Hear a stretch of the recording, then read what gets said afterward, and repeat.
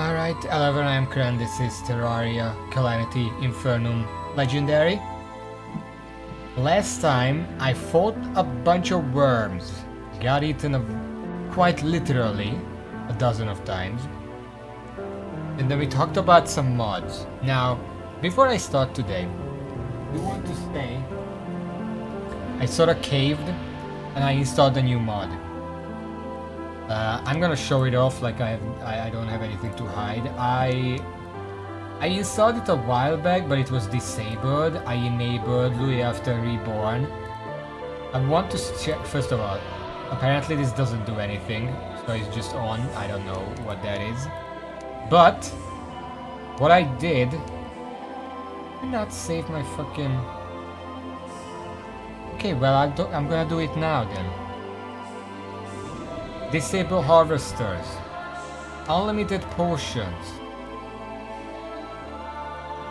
Will always apply that. This means that if I have a stack of 30 potions of one type, and I put it into like a special storage like piggy bank, safe, forge, void vault, then it just applies the effect, and I don't have to worry about having to fish up new potions or whatever. That's what we're gonna use. This doesn't matter because we use the always on, and I don't know what this is. I don't think that matters. And then everything else, I'm just gonna turn off because I don't want to use any of these. We don't need extra fishing bobbers. We don't need infinite ammo stuff. There are ways in the game to deal with that. And I think last time it didn't save because I didn't press save config. Now it did. So this is gonna be the settings. I just want the unlimited potions so I don't have to keep fishing and collecting stuff. I have to do it once and then that's it. And then I can focus on actually playing the game. I don't have as much off-stream time as I used to when I was doing like the Calamity run. I can't just spend hours off-stream fishing or collecting other stuff for the potions. So this is just gonna help me be a bit more convenient. So, we're gonna reload to let those apply. And so, with that in mind, today we're gonna start with setting this up. I know I already have a few potions that I can't have or can make 30 of. So we're gonna deal with those first, and whatever I can't make that much of, well, we will. And also, we're probably gonna do some Lost Ones armies because I need the forge. I want to use the forge specifically for potions, so we're gonna have to get 50 medals for that. So that's what we're starting with today. Yeah. I guess let's just start with that, like right away. Put on the damage stuff and let's go. Before that though, I do need to fix this thing because this is not big enough. I'm going to mine all the way out here and put the crystal stand in the very middle, and that should be good. So we're starting with that. Okay,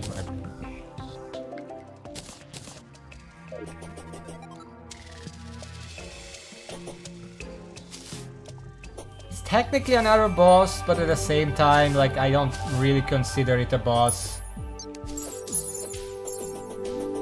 Okay.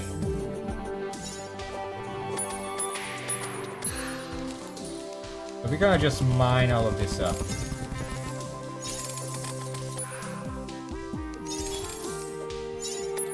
It's gonna be a little annoying with all of this stuff attacking me, but that's just the necessary evil. You know what? No, fuck that.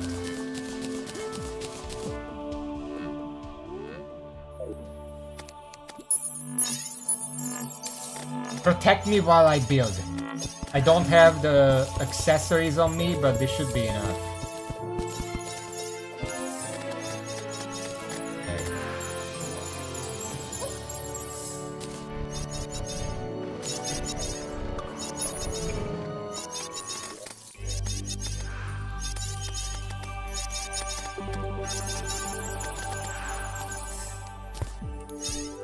This is a stopgap so I know where to fill up once I have enough sand.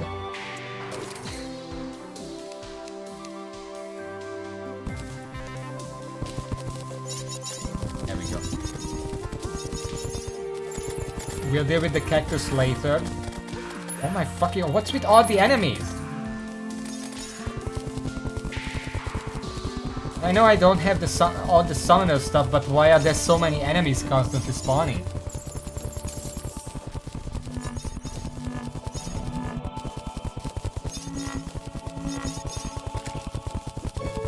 Still deal with the above stuff. Yeah, I can already feel my... Like, at what point in the Hallow do the big frogs spawn? I don't remember what they're called. Big frogs that just jump in off screen. Moonlord? Okay. I'm looking forward to it. It's gonna be amazing, I can already tell.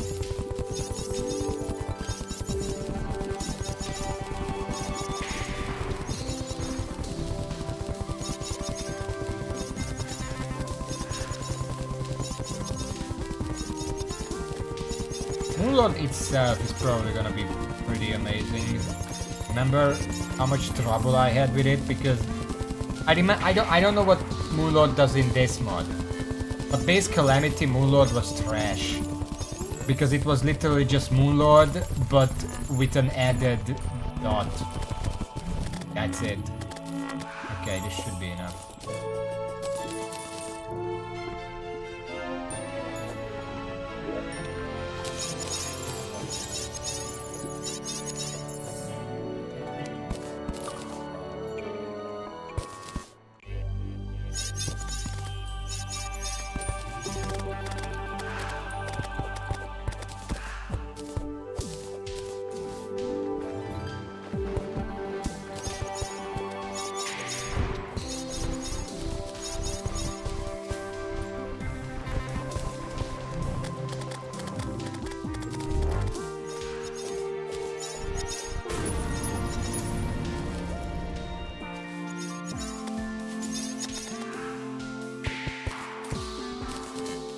Is it, or is it just a matter of taste? Because I think there were several times when we just didn't agree on that.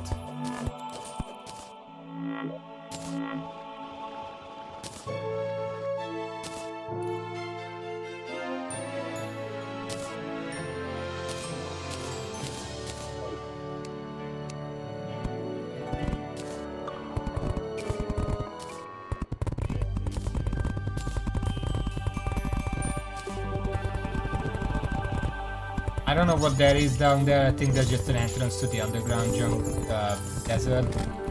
We're gonna bury it. Don't mind. Off already.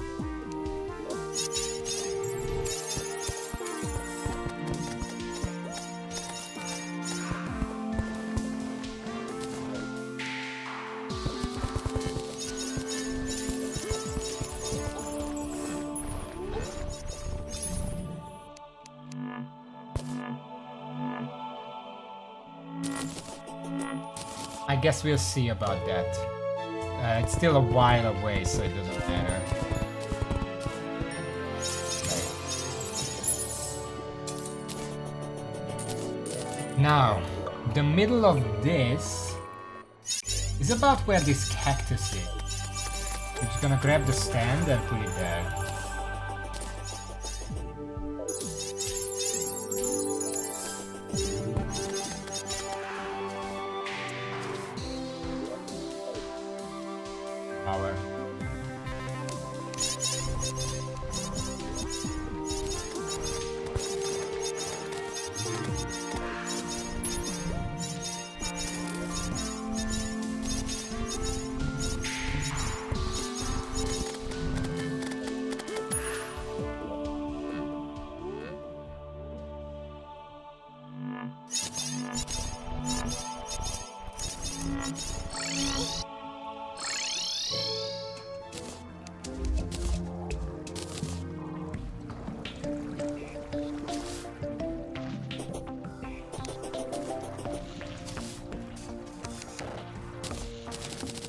guess that's it.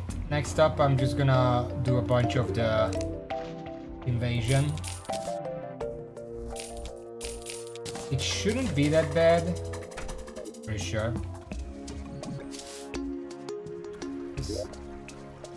I don't know at what point am I in it. Like, how far is it gonna go?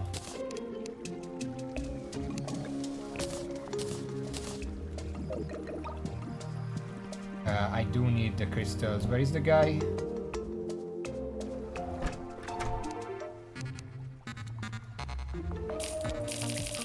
I don't know. I can.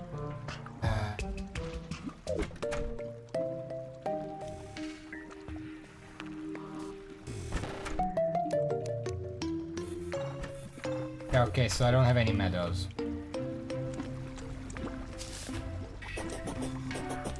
Yeah, but the requirement for what?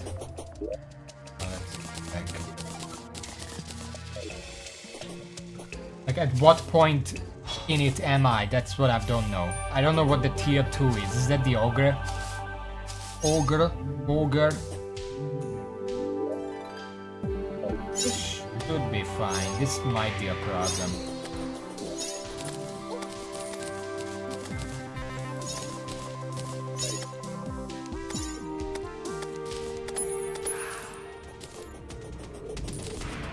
Okay, that looks good.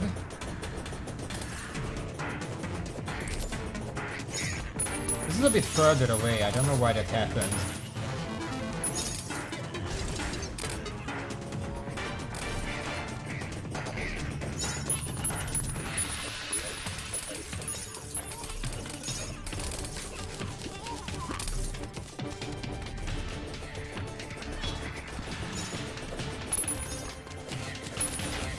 This weapon is gonna rip through this anyway.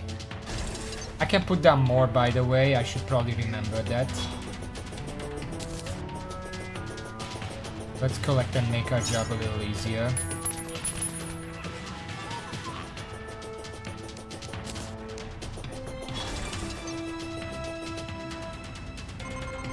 Look at them go.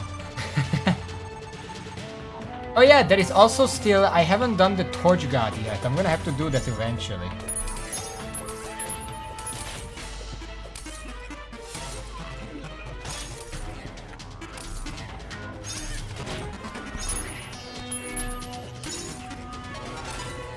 Kind of forgot because I don't really use the bonus that it gives. But the shards are gonna take care of that area for a little bit. This weapon is really good for this because a lot of it just lingers. Any enemy that spawns is gonna use exactly as many shards as it needs to. Yeah. I guess we're gonna protect this side.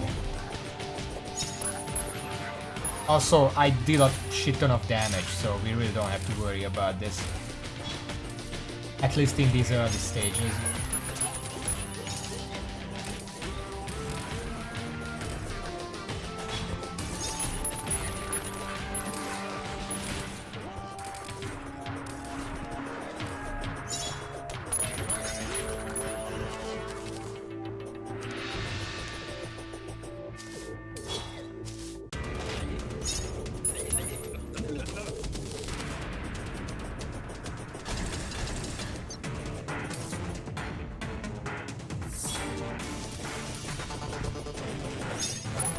The first stage where we have to worry about, I'm pretty sure is the part where the flying enemies start spawning. Those are annoying. Because they're not in the line of fire, those ones.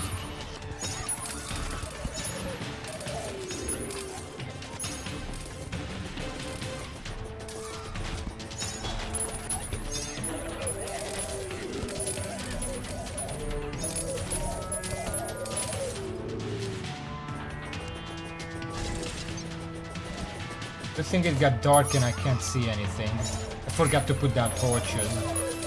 Probably should have done that.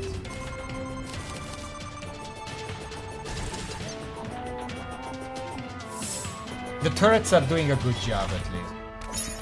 I don't know, can I put down torches right now? No. That counts as building.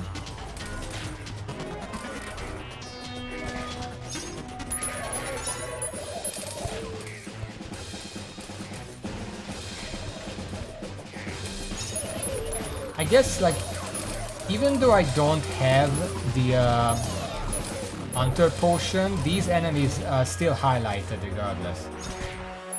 So at least there's that. They cannot hide because they are always visible. That's a good, I like that design. They thought of that. I don't know if that's in vanilla or whatever, but it's nice. Wish the game was just brighter in general though.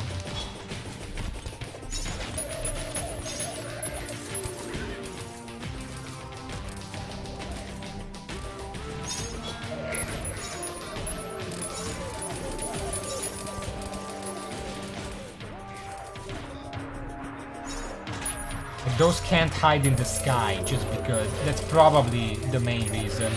Because even if I have torches on the ground, those flying enemies would still hide in the sky because you can't highlight it. You can't put torches on the sky unless the entire thing is a wall.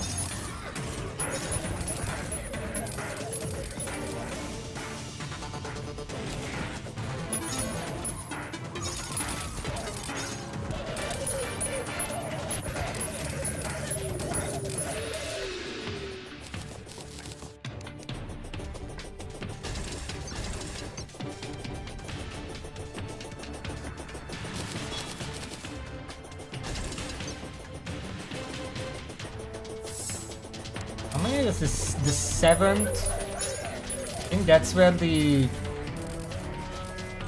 Oh, that's an ogre, Jim. That's an ogre.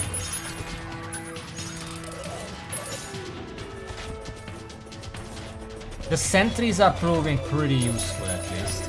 They are taking down the flyers who get ahead of the rest.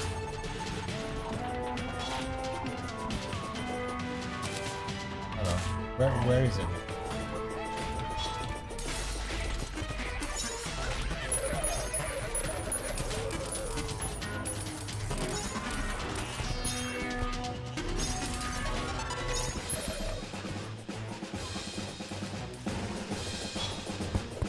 Oh shit!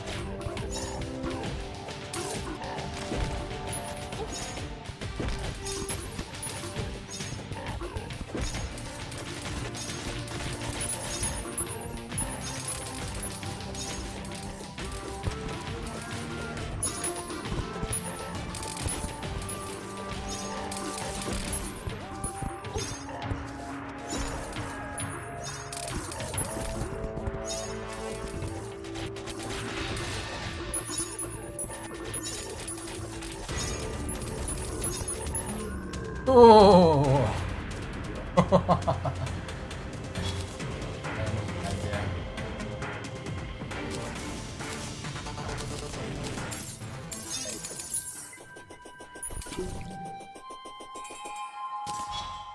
So that was 25 medals. If I do this one more time and finish it, then I'm good.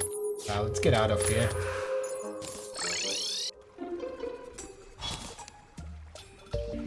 So I get an ogre. Ogre. How do you say ogre? Just say it like Shrek does. Ogre. I got a relic for it. There it is, ogre. You would think such a simple word I would be able to say it, but you don't say it in that way in Hungarian. You say it like ogre. That's the Hungarian. Oh, look at this.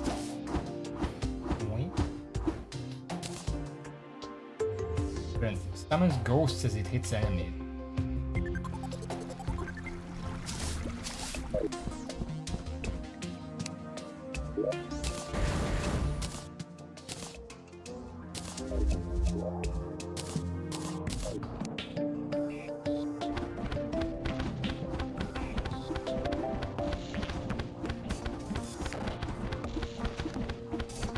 I guess it does. Okay. Even parent because life is fine.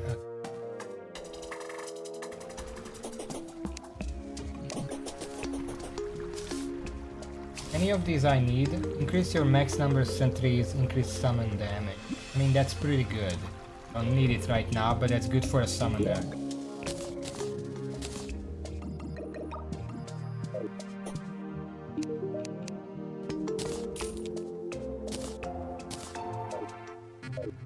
Reminds you of what?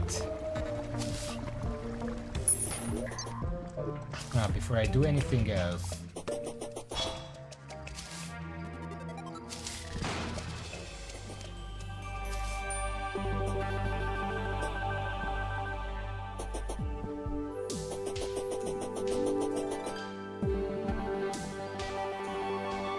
Why would I do that? Fuck off, I don't have time for you.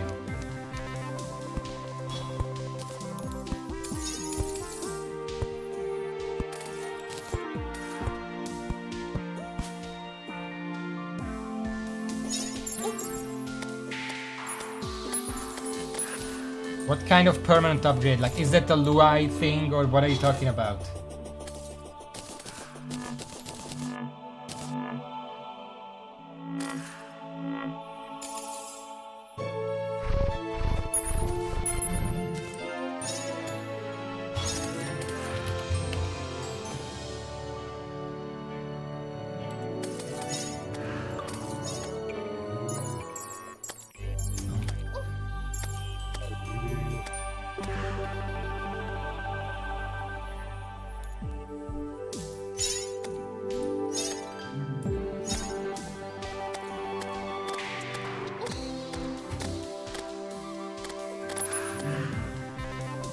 We're gonna have to use this eventually, you do realize that, by the way. I don't even know if it's good, but we have to use it. Sealed Pan. Close to 10,000 rogue damage.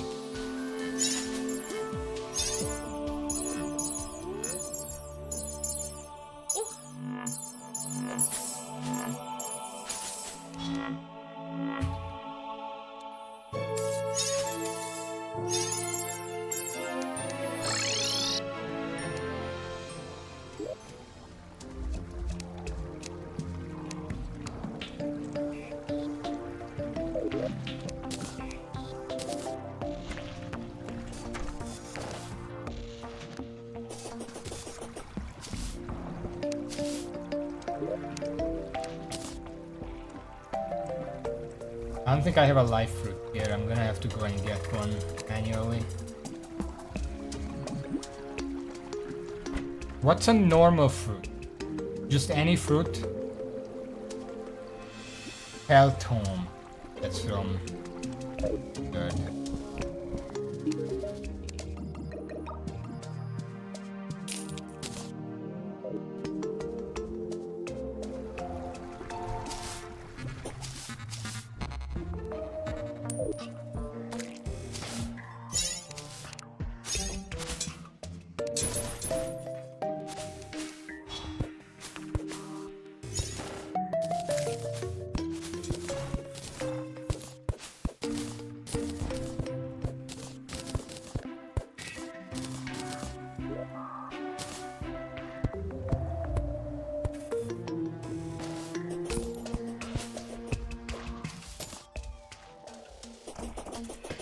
I guess lemon, apple, whatever, those are gonna be fine.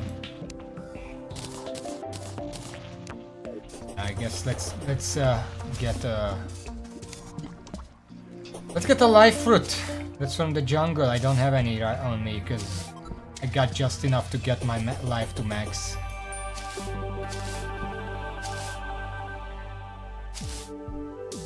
So how is it a craft?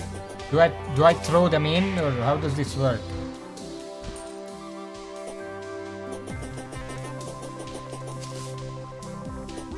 throw them in at the same time?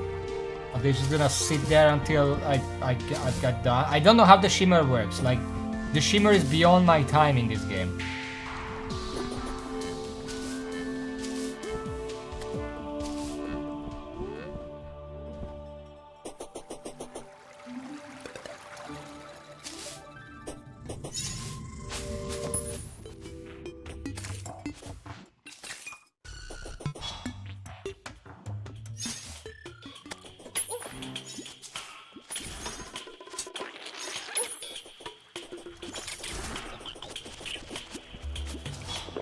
Those things actually hurt quite a bit.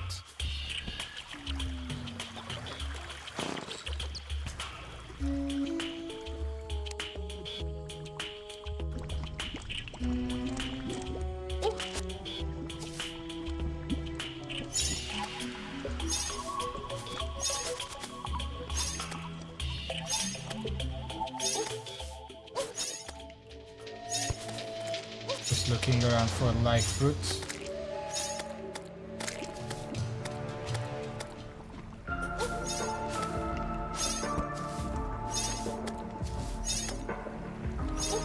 It's funny how, like, the valuable item detector, once you're in hard mode in the jungle, it will just always say there is live fruit nearby, which is actually the most worthless thing it can say.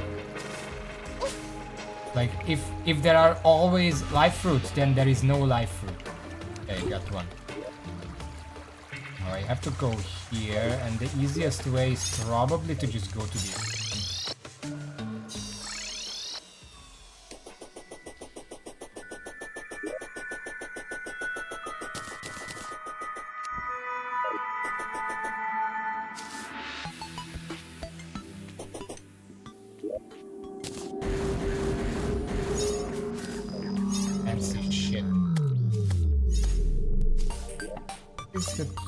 Oh, it's outside.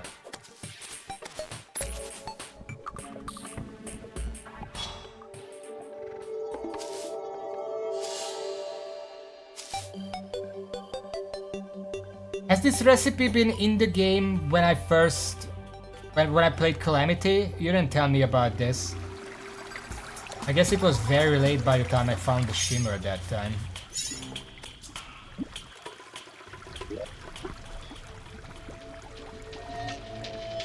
It's weird how I mined down exactly as far as I had to.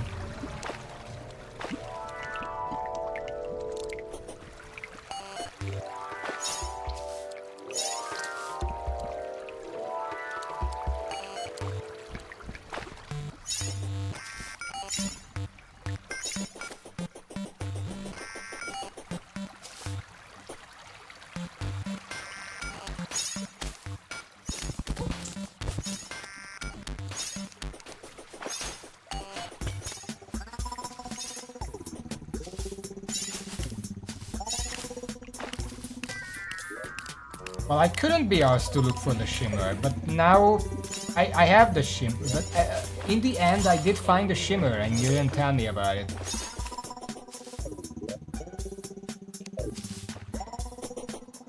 Right. Live fruit, lemon, thing.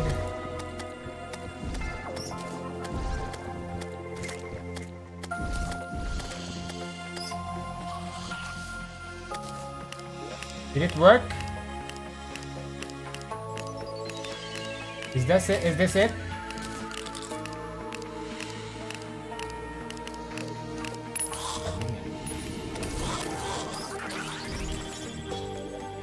What is this? Advanced Combat Techniques Volume 2.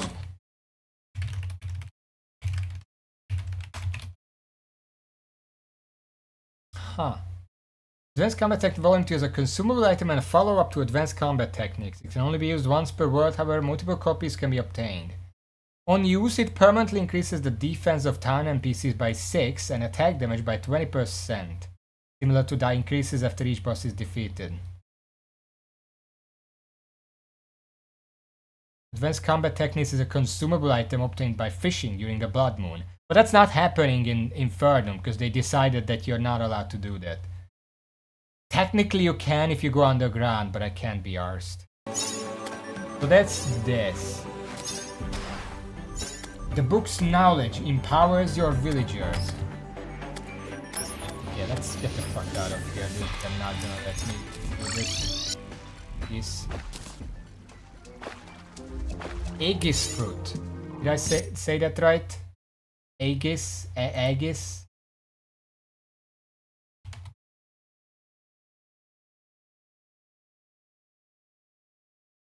The Aegis fruit is a consumable item which permanently increases the player's defense by 4. It can only be used once per character, multiple copies can be obtained.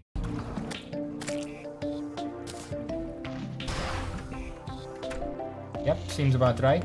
Vital Crystal.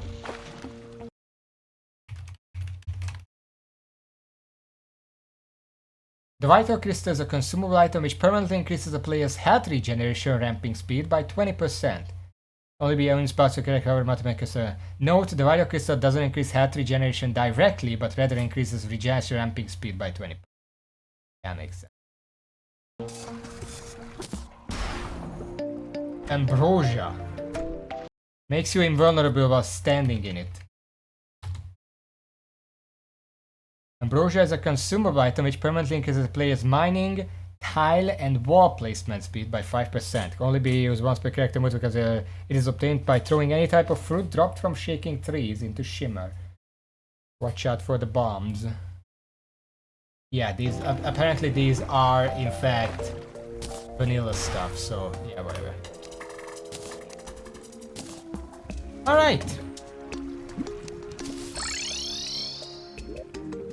Item I wanted to use. Fuck your solar eclipse. There are some items I will want from a solar eclipse, but I don't want to deal with that right now. We have shit to do.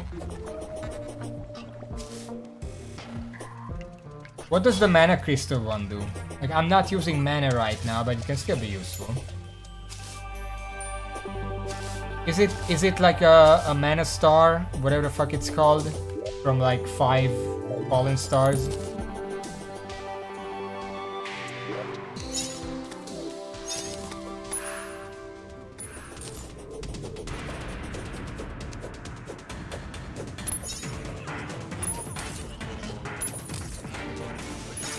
Mana regen ramp. If I was summoner or mage, that would be incredibly useful. I'm not, but I might be later. I do like magic.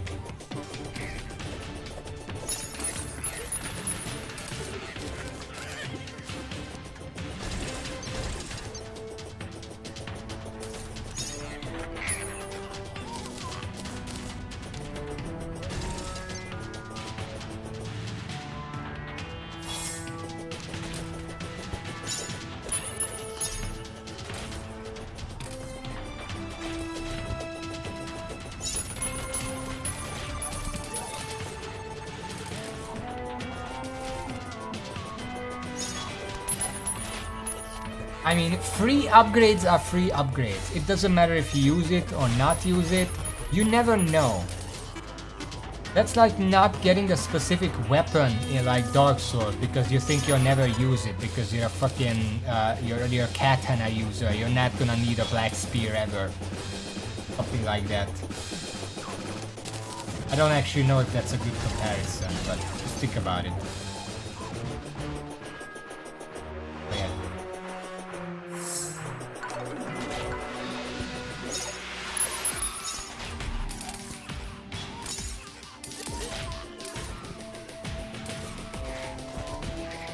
Well, I had my own special reason for using the Uchigatana and nothing else, okay? It had lore reasons. You have to respect the lore.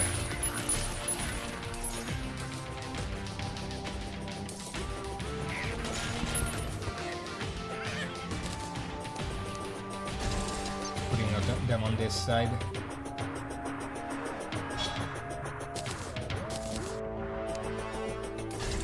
It's completely different.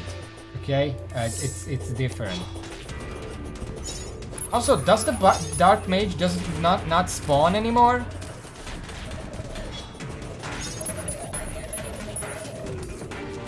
Because I just realized in the previous run it just didn't show up. Or did I just kill it by accident?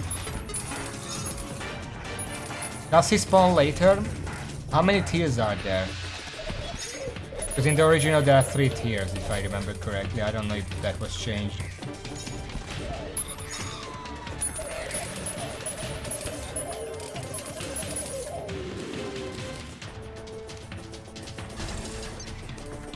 Okay. I assume it does spawn in higher tiers.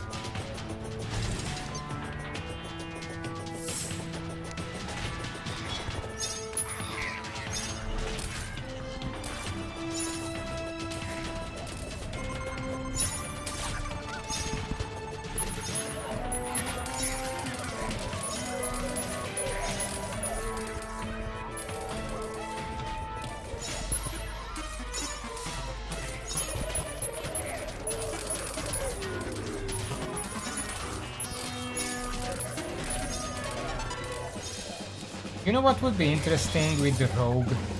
Like it's a bit weird to me that the entire gimmick of the class is that you're not allowed to attack to get a big attack, because I can also just attack and have more damage that way. Right now, when you're standing still, you're getting a huge stealth boost, and when you're moving around, you get a smaller stealth boost. So what if you also got just stealth over time even while attacking? Very little one, but every once in a while it fills up and then you can actually use the stealth strike. Like, I don't know, for comparison, I don't know exact numbers and it changes depending on your accessories and your armor or whatever, but imagine it like this. If you're just standing still, you can do a stealth attack every 5 seconds, let's say. If you're running around, you can do a stealth attack every 10 seconds. So then if you're also attacking, you should still be able to do a stealth attack every 30 seconds. Like, it's very tiny bit of gain, but there is still a little bit of a gain. So the gimmick of the class isn't just completely negated because you're attacking.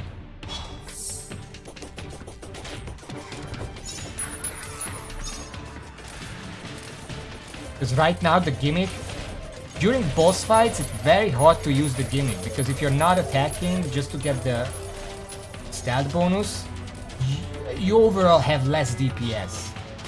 Oh shit, this is the last.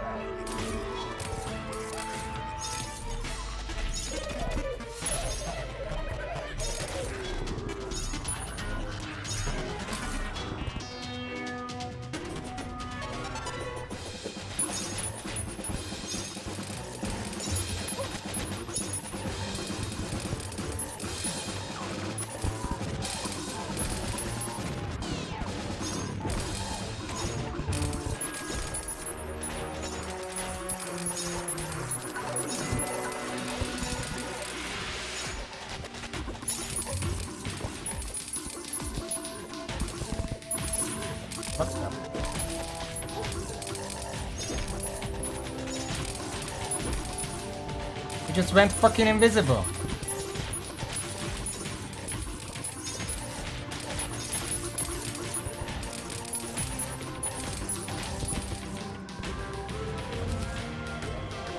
Easy. Give me my medals. Give me my medals. Ah, 50.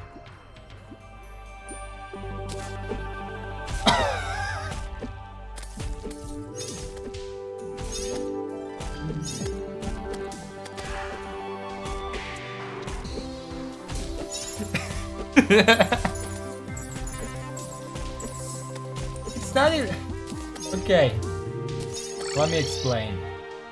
It's not even that, oh, it's spinning, it's funny. That's not why I laughed. The reason I laughed is because that sprite just, that's one ass low poly sprite right there. I can see the pixels.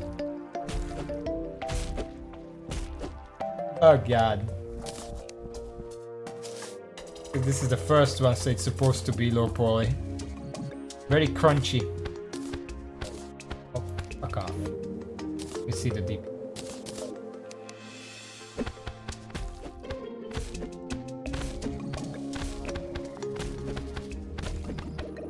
I mean, it's okay. It's not like the... Fuck is it called? The Dragon Breath thing, where it's just an area of damage. This seems to actually have to touch the enemy to deal damage. Okay. Okay. That away.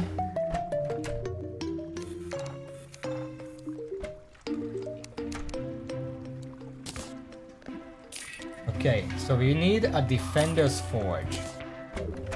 I'm going to put it how big it is. I'm using the Defender's Forge because it's the most unwieldy thing to use. It needs a big space to put down. It's like 3 blocks and whatever. So I'm just gonna use it as my potion storage. I don't actually know where I want to put it. Dragon Rage, yeah. You know what?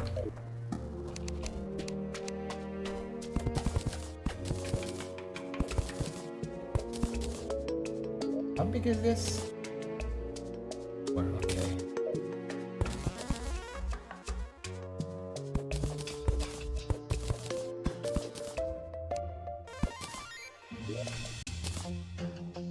I put that here, and I can put a chest next to it. That's gonna be the potion sorter. Kind of chest. Shadow chest? Ivy chest? I guess. Let's use an ivy chest. That's color appropriate.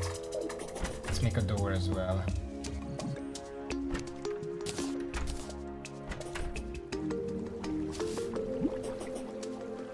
Because I don't really want to like haul this thing around. Oh, that's a problem.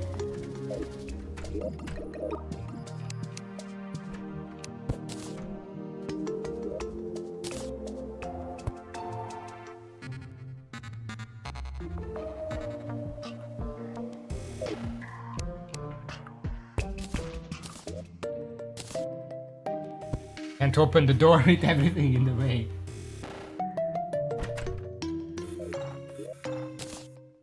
I'm gonna put that there.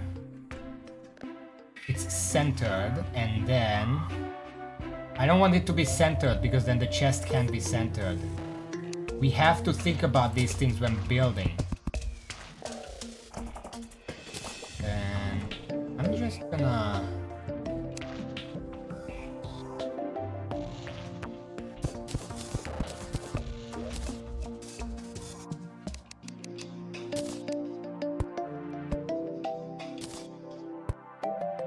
And that's where the potions go that I'm not using.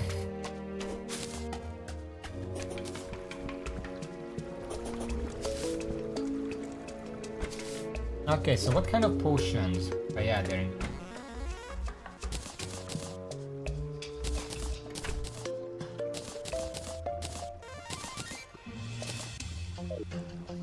Just... Okay, I'm done. Just take the fucking safe with you.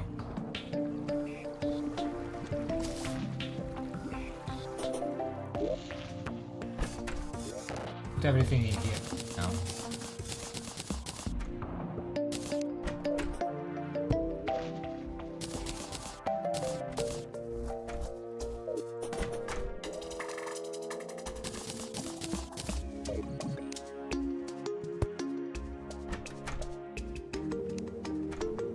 Good to me.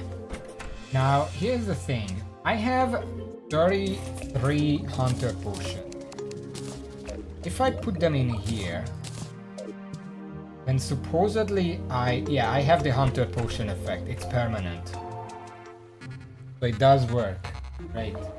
Now what we have to do is get the right potion effects for every potion that we have access to. I'm actually gonna take this out for now. First of all, because we are not gonna use this, we're gonna use the potion of omniscience. But first, wait, that's right, I have the other potions. I think I'm here as well. Because we do have... I mean, Titan potion is never gonna be used, so I don't even care about that. And we have a bunch of these.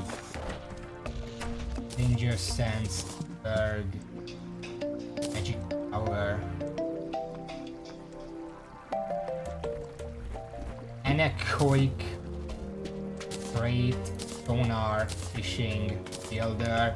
These all can be made infinite. We might as well use that because it's just convenient. Like, it doesn't make me any stronger because I can permanently build faster. It just makes it more convenient to not have to constantly get the potions for it. Things like, well, the calming potion I don't really care about. Mining potion, Night Owl, Shine. The Lunker is gonna be needed for the Omniscience. Gills, Lydian, I guess. So for skin, yeah, we can make those.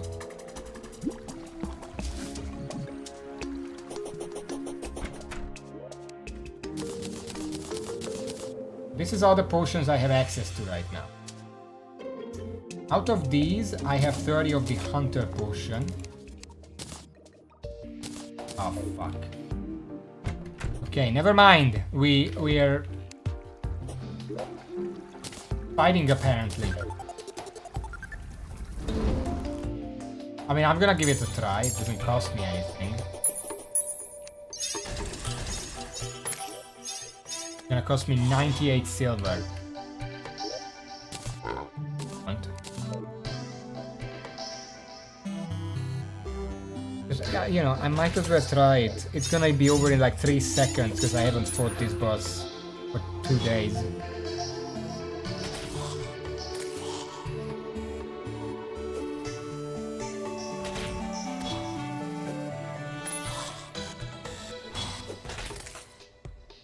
Kind of interesting. The stealth strike is kind of interesting with this weapon specifically because how long its stealth takes to proc is about as long as it takes for this thing to come back to me.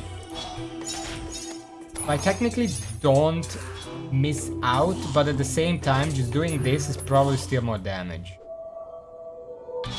Anyway.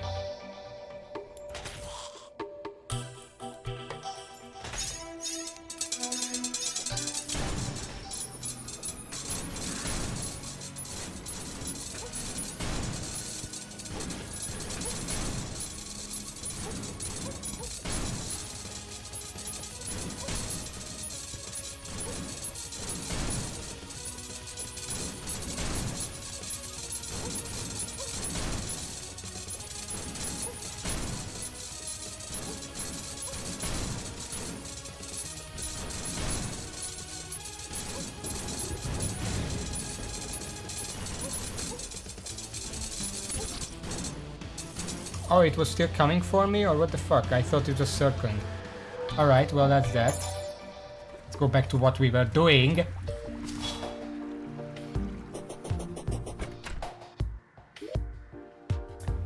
So that's 30, that's 30. The mining potion I'm probably just gonna put in there just to speed things up.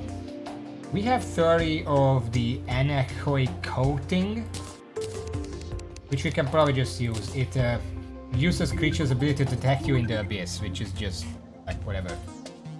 We are going to use the crate potion. I don't know if I'm ever going to fish again, but we might as well put it in there. Fishing potion, same thing. Sonar potion, it's all fishing, but might as well put it. I think that's it.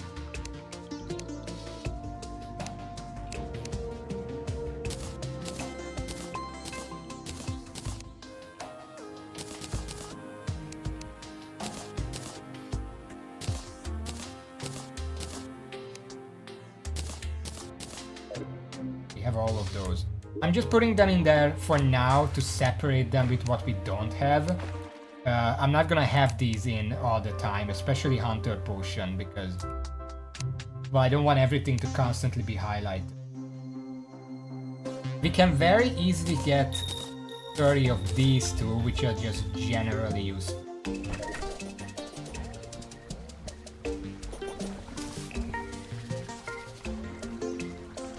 One of each.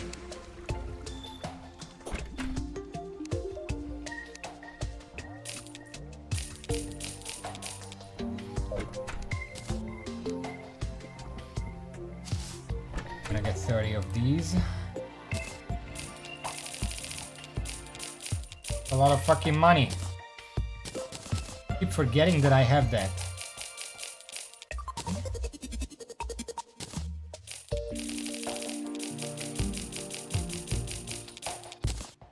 I don't even know if these can be made infinite. Guess we'll try.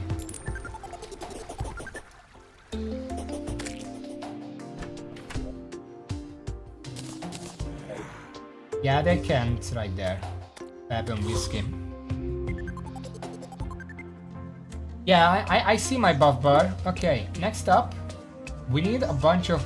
I don't even know. Flask of Poisons. I've been using this for the longest time. I'm pretty sure I have access to new flasks at this point.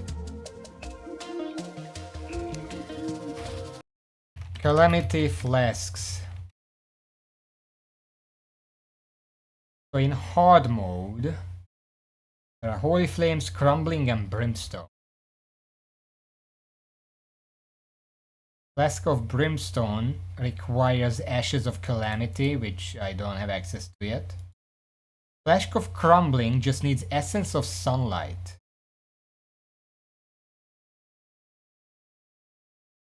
Flask of Holy Flames needs Unholy Essence, which is obvious. The post-Moon Lord thing. But we can use Flask of Crumbling. Grants Crumbling. Crumbling on enemies is 8% damage reduction. 8? Was it recently nerfed? Ah, yeah, it went from in when did it come out? In May 10, 2024, it went from 12% to 8%, so it was in fact nerfed. Is that even better than the alternative? I can make Flask of the fucking Green Flame or whatever fuck. Terraria Flask. Yeah, I mistyped it. Beat me. Okay. I'm pretty sure there's Flask of Ichor, but I don't have access. Do I? If I throw Cursed Flame in the Shimmer, does it make Ichor?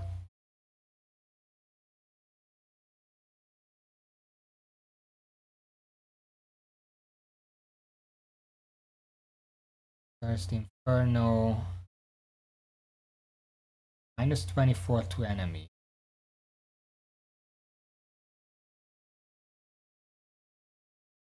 Flask of Ichor is literally Ichor debuff, decreasing defense of enemies by 15. Therefore increasing the damage of the player's weapon by 7 to 8. Just straight up. So if you're using something with a lot of projectiles like the Calvin Catalyst, then the Flask of Ichor is probably better than like an extra dot or something. Okay, let's make this. It just needs Ichor, nothing else.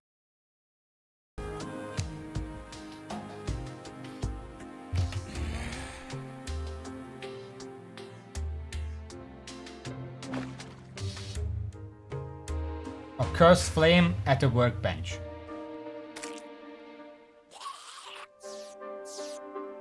Okay.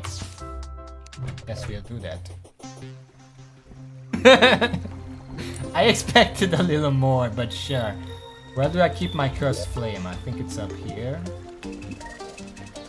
But we might as well make the the star for the shimmer for later. Fine. We don't forget.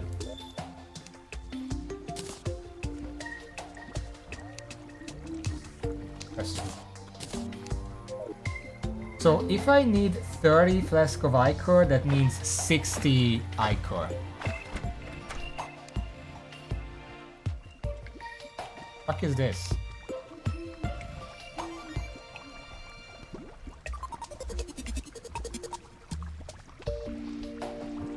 Oh, it's a Louis FK. I thought I disabled everything, but we're not dealing with that.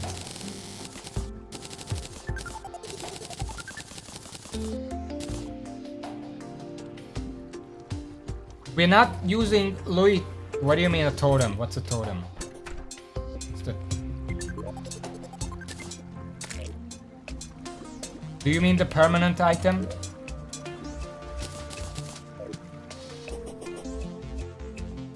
Need water. Have water.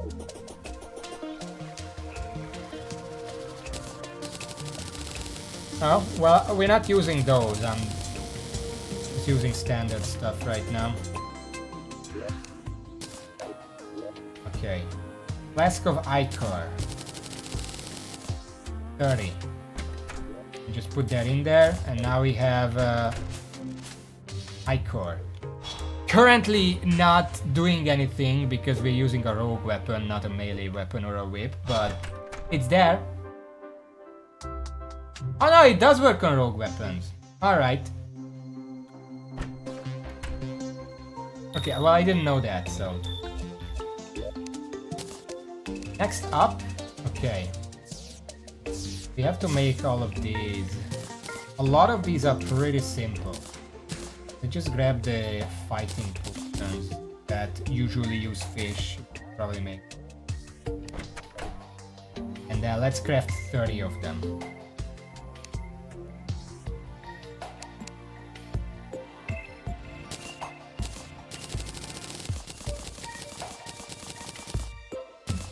And that's all I could make, actually.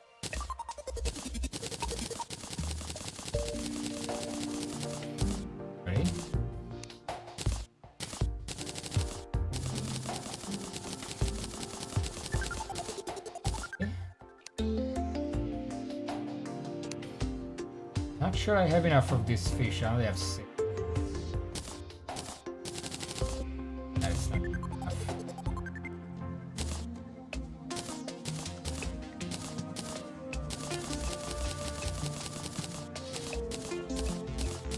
Oh, that was close. It was actually enough.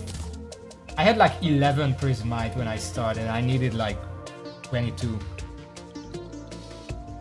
Yeah, I can use the blood orbs. That's the emergency. For now, I'm just seeing what I can make on my own. Endurance. I have enough of it. Oh, now we're running out of blink room. Of all things, let me just grab some.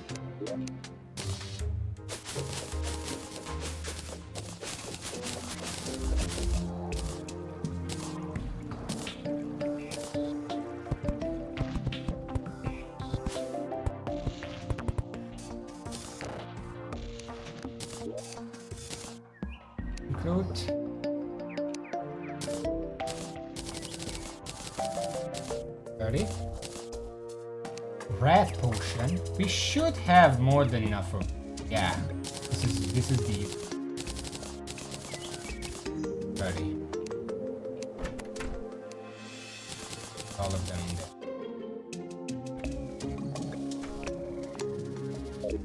Look at all my buffs. This does increase to the buff. I don't know what the buff limit is, but we do have to worry about that. With the power items, we wouldn't, but I didn't want to go that far. Okay, what else do we have? Well, first of all, we're gonna need some summoning potions. I'm not a summoner, but the summoning potion is still useful. Secondly, we do have enough of the dangers. And if I can make enough Spelunker potions, then I can just combine them into Omniscience potions, and that's easier to handle. How do I make this? Not not the recipe I want. What do you need? Blinkroot, Moonglow, Platinum. Or gold. That's up in the house.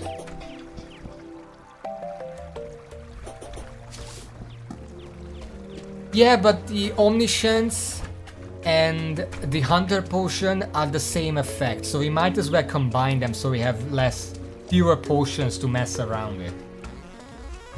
Platinum or gold.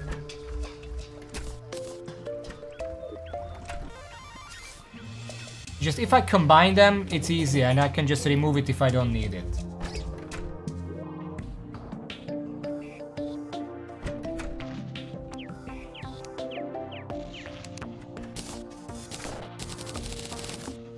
Gosh.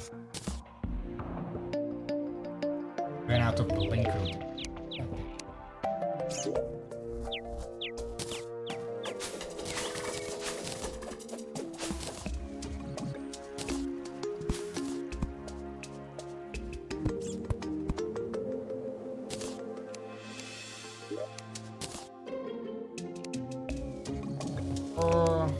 Could be enough.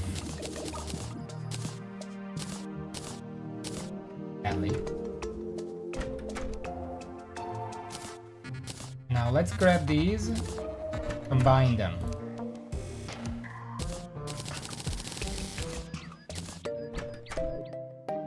Doesn't even have to be in the WOD. This is good enough. So you can see it's working. Next up, we do want the summoning potion, the photosynthesis potion, and the shadow potion. Everything else is just convenience. I guess the heart rate potion is cool. I don't know if you can even make the red potion. I think you can. Yeah, the rest isn't that important. Nightole and Shine would be nice for bosses that I have to fight at night. Okay, so let's see what we can do. Summoning potions require Lordfish, which I don't have. Is that what I ran out of? Yes. Lordfish. Then photosynthesis potion is actually the hardest one because it doesn't need fishing. It needs you to farm the trapper bulbs in the jungle,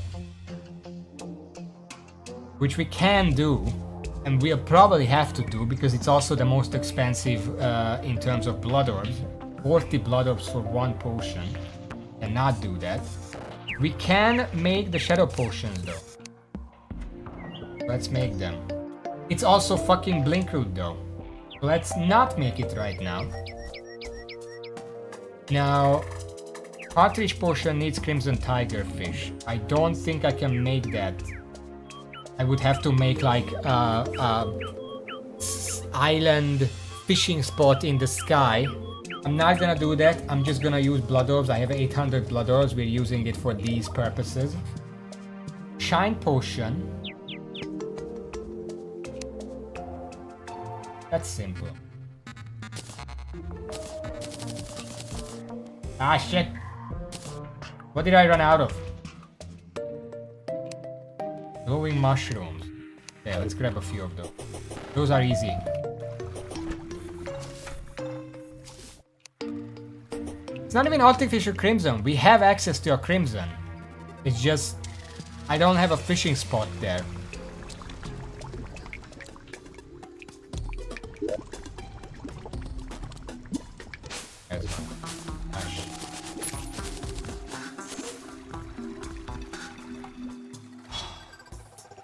No, I know it qualifies because when I was in Calamity and I had the same problem where I couldn't really fight the boss. I couldn't spawn Crimson enemies because it was in, not Crimson. No, it was Crimson. I couldn't spawn Crimson enemies because it was in space, but I could still fish there.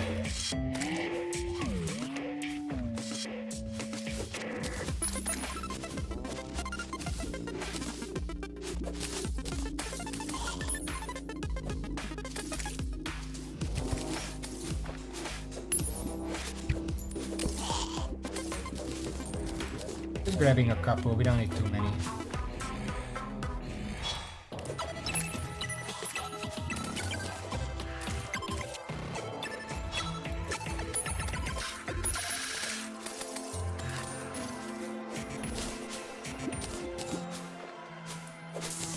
Yeah, but this is gonna sound stupid, but I don't have my axe on my hotbar, and I'm too lazy to put it there.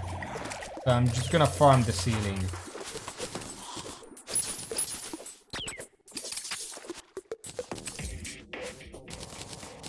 That should be enough. What does shift do? That goes there. Whatever, it doesn't matter.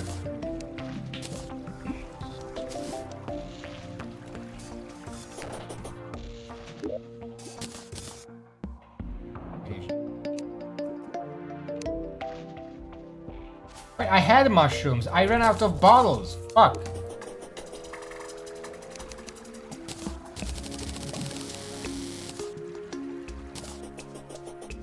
I need more bottles.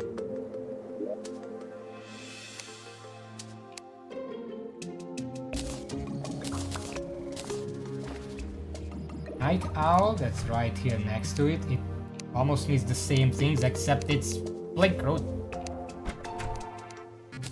We're gonna deal with that later. For now, what we need is lardfish. Let's go and get some lardfish. Wait, do I have the shadowfish for the shadow potions? I didn't actually check. I have some shadowfish. Oh, I need blink root. How do I make more blink root?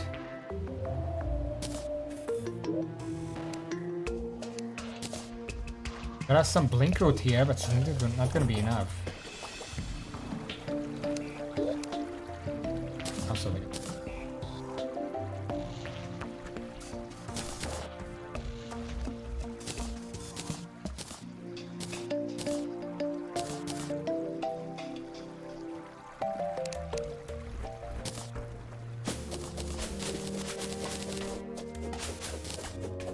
why do so many potions need blink root? It's by far the most annoying to get. Got a couple of blink. Make some shadow poke.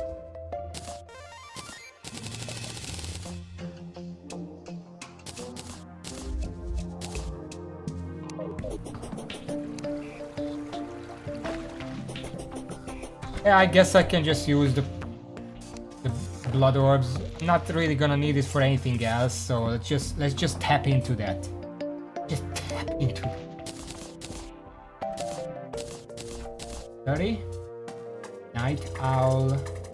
Photosynthesis, that's gonna be the last one. And I guess let's just go over all of these. Summoning potion. Done. Outreach potion.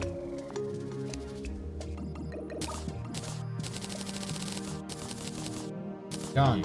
Night Owl potion, as dumb it is, but...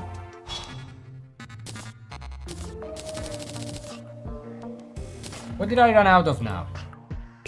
Day Bloom? No? Ah, yeah, bubble. Random Hungarian bubble? I mean word. Now I forgot what I was looking for. I need...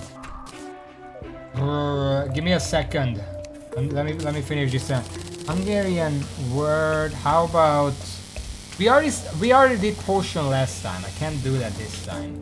What other relevant words are there for that?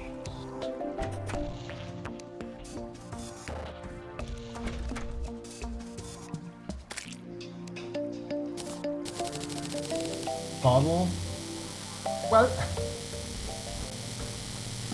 It's actually kind of interesting, because bottle, if you just mean these kind of bottles, like this, I mean, let's be honest, this isn't a bottle, it's a jar, but it's called a bottle in game.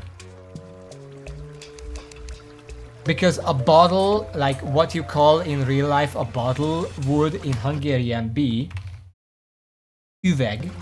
That's an U at the start there. But that's the same word you use for glass. Like for the windows or whatever.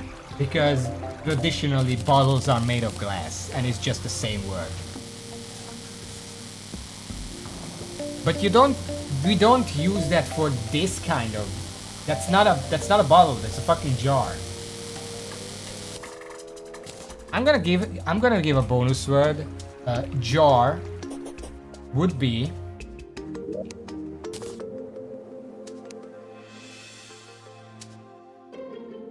what do you mean is the word for jar? Oh, there is no word in Hungarian for jar. It's just called.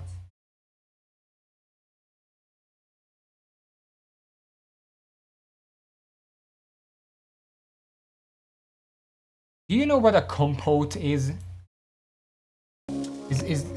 What does that mean in English? Because I know what it means in Hungarian. Hello Core, welcome to the stream. I used to play with friendly where he got a board video. Compote. But compote, it's basically a canned thing. Typically fruit. You put it in a jar and then you put it away. And it's like sugary fruit. It's really delicious. And it's called a compote or it's called a befőtt, which doesn't really make sense because that implies like cooking and it's not cooked. But anyway, a jar would just be called a compote bowl in Hungarian. That would be a befőttes üveg. That would be a jar. There is no separate word for a jar. It just means it's the bottle that you put the compote in. And Core, I don't really play online. You should ask Raven, though I kind of feel like you already did.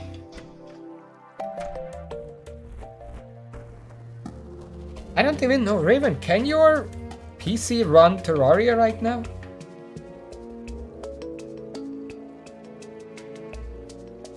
What do you mean all hands scramming around?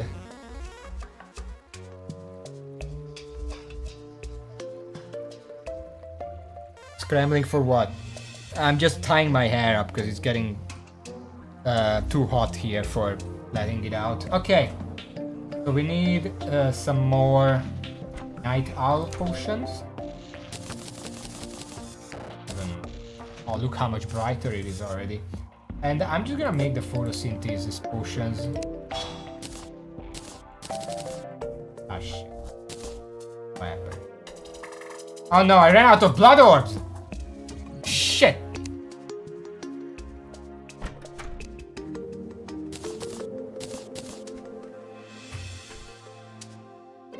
Well, I kind of have it in real life going on as well.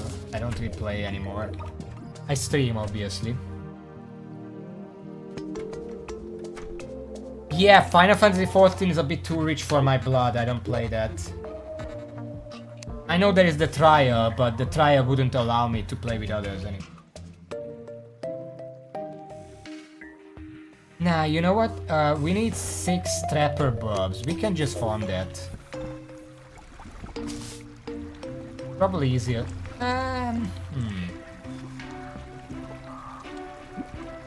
What, did it get more expensive or what?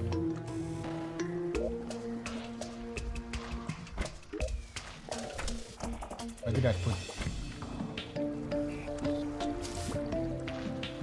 You don't even know if the system requirements are too bad yet.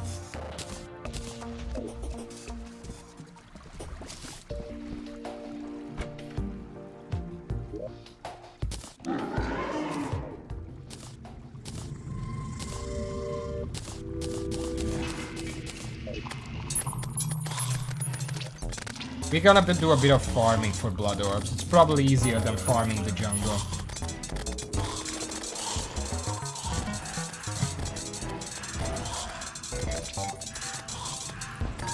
I tried, to my defense, I tried to get into Final Fantasy XIV and I got stuck on the character creation because I could not decide what to make.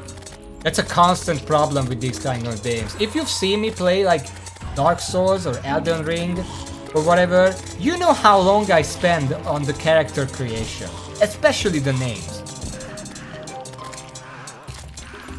I try to minimize it on stream because it's wasted time, obviously.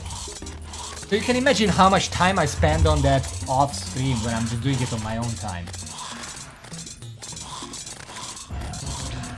That's why I'm waiting for Path of Exile 2, because they don't have character creation, you just name it and go.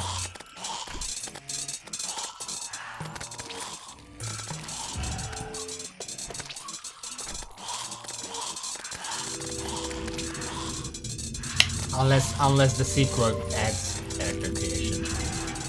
Let's hope they don't.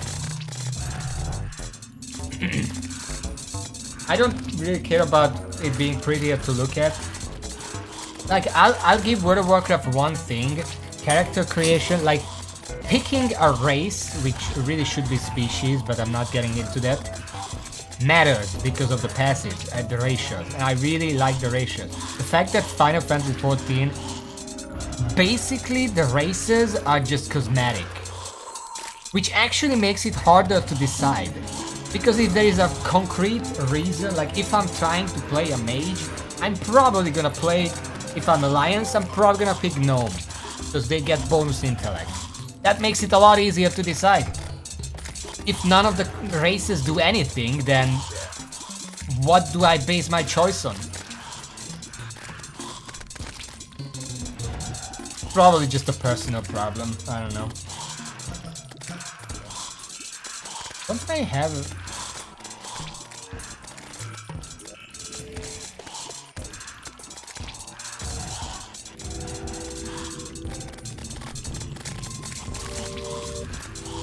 That gives 10% more damage. Yeah, but aesthetics, like if... Like, what are the races in Final Fantasy IV? There is human, tall human, bulky human, and then like grey, muscular human, and then human with cat ears, and then human with rabbit ears, and then human that edgy human, and Lalafell. I guess that's it. Like, there isn't enough of an aesthetic difference between the races for that to make it easier to choose.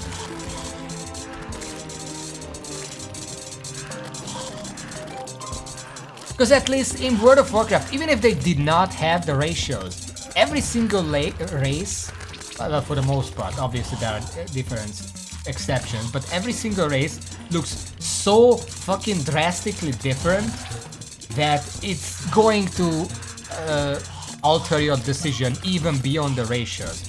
Unless you're playing a female character, because then it's just a human that's cosplaying as an orc or a troll or something. I don't know why they did that, but there you go.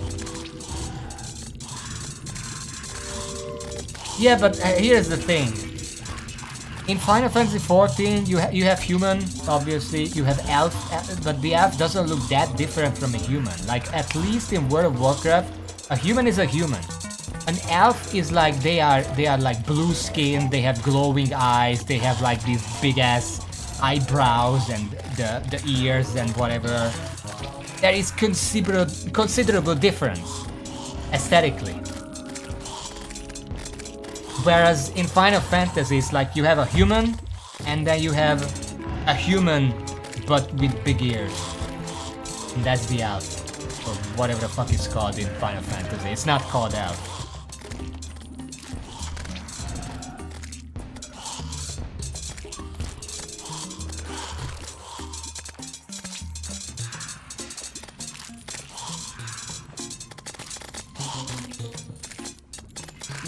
It's also something where, because World of Warcraft has ratios and such diversity in appearance between races, a lot of players just cannot play certain races. Like, I've played every race, obviously, because I've played a lot of World of Warcraft in the past. But if I try to make a character and take it seriously, I'm always gonna roll an undead, because that's just my race.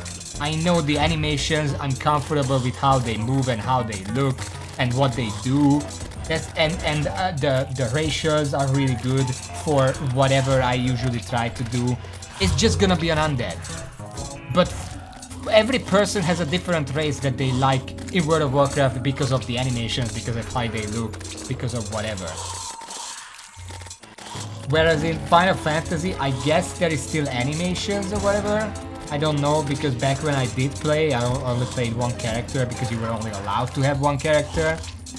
But I don't think there will be such a drastic difference. Again, unless you're playing a Lalafell, because that's basically the gnome where the camera actively is lowered to the ground. So if you play a gnome or a Lalafell, then the world just looks bigger, and that's an active difference in terms of which race you pick. But that's the only real difference. That's why I said the Lalafell is the only thing that's not just a cosplaying human in Final Fantasy.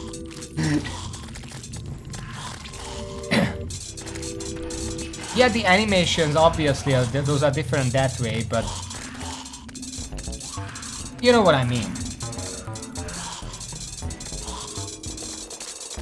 WoW roleplay, I'm not ashamed to say I did roleplay in World of Warcraft in the past. Like, I played on Argent Dawn. It's the EU role-playing server. It's a lot of fun when it's done right. It can be really like stupid and cringy or whatever, but it can be done right.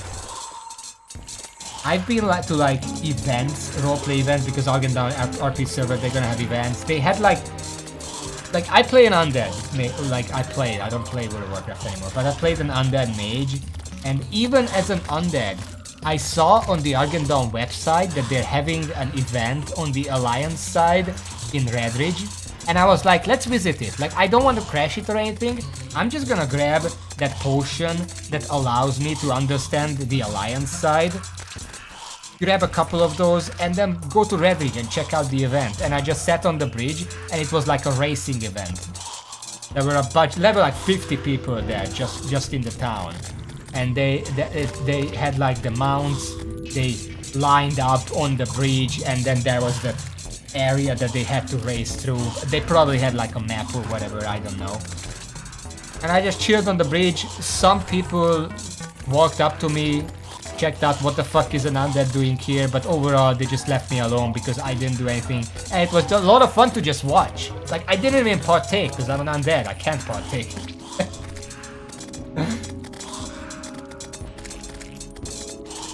If I have a choice, I will always play in a roleplay server, just because the roleplay servers allow for the stupidest things to happen. Like, at complete random. It's not even that you're looking for it, it's just gonna happen as you're playing.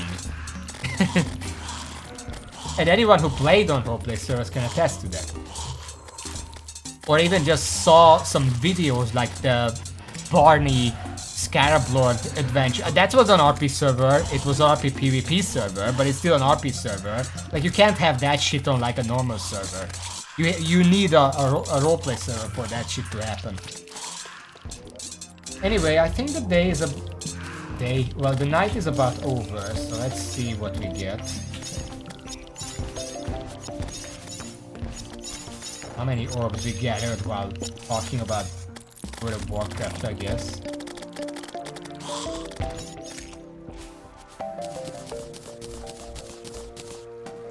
Put this stuff back.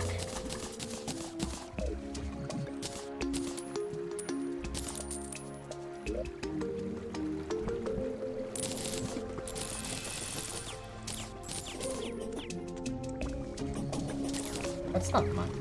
Where did they go?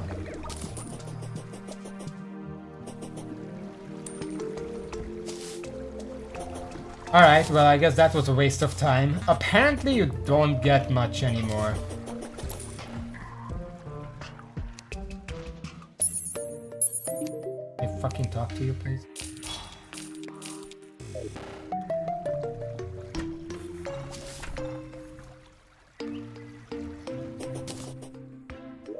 What dread words?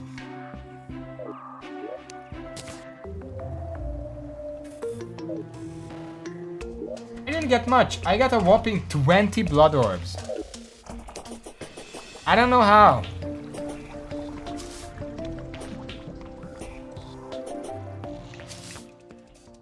Guess I'm just gonna go to the jungle manually. Farm it out. Like, it's not that bad to farm it out. I just don't like dealing with the jungle.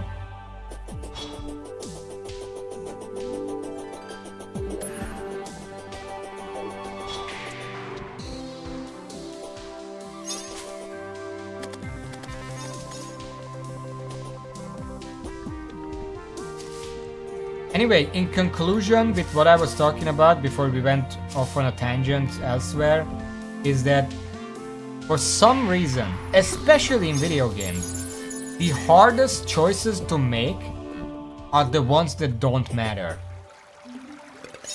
Because if you have races and they have ratios and whatever, you can pick based on that. You have an educated decision.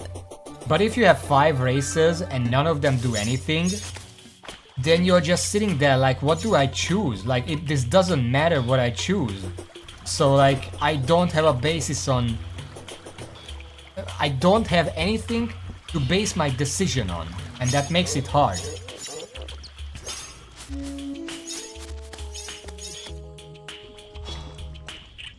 I need information. That's how I make choices. Look at how shiny the screen is, by the way.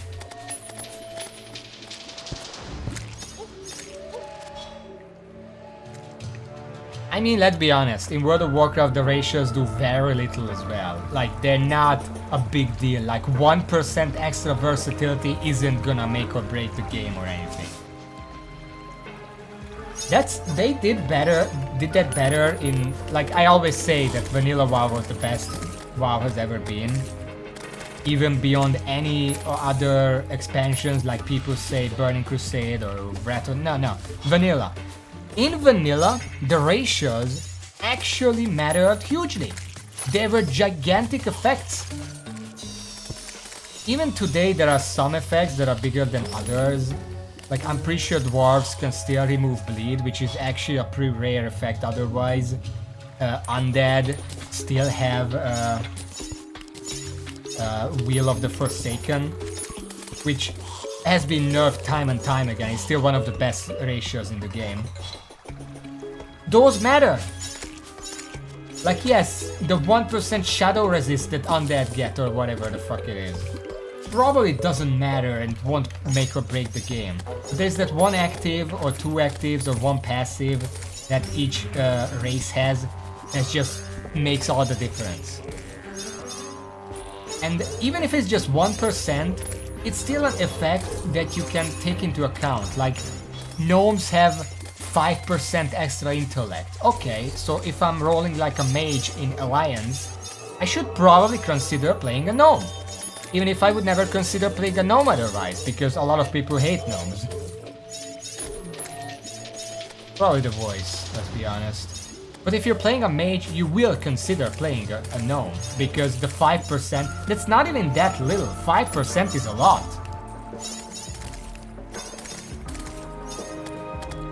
Where the fuck are the plants? For trolls, it's not even a hat regen. Like, the hat regen, I've seen the math. It's garbage, basically. But it's the only race, well, besides the Zandalari trolls, I think they also have something similar. But they're the only race who can actively... Oh, there is one. Who can actively regenerate health in combat. None of the other races can do that baseline. But what you would consider trolls for is, first of all, they have 5% extra damage against beasts, I think. I don't know if that's today or back then, but they used to, if not now. But they also have Berserk, which increases attack speed and casting speed depending on your health. And that's just a straight up DPS boost. It's a cooldown. It's a ratio specific DPS cooldown. Even if you're not tanking, like, it's also good for tanking, don't get me wrong, because if you're low on health before the healer heals you back up, you could quickly proc it, you deal a bunch more damage, you do more aggro, or threat or whatever.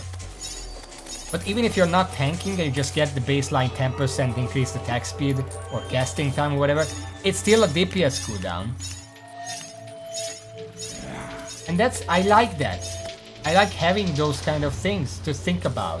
Which race do I want to play? I'm gonna probably play one that has good passives, but I also don't hate looking at. And then it's a compromise. In Final Fantasy, it's just, here are the races, they're the same shit, they just look different. And that makes me unable to choose, because they're the same shit. How do I choose? Right? Is it just me? What the fuck are you? Iris, what the fuck are you doing here? Nothing new, I see.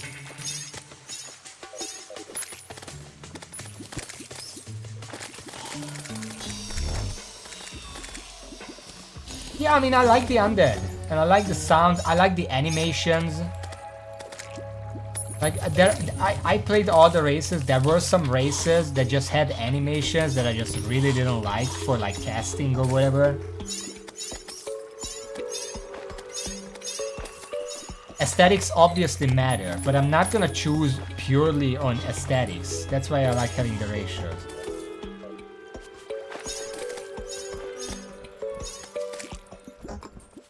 It is a good thought experiment, by the way. If Final Fantasy XIV did have ratios, what would they be? I don't know much about the races in that game, because I didn't really dive into the lore or whatever. Someone who knows more about the game can probably answer it more, but it would be an interesting thing. I don't even mean passives, I mean a combination of passives and some active abilities that you can use only as that race.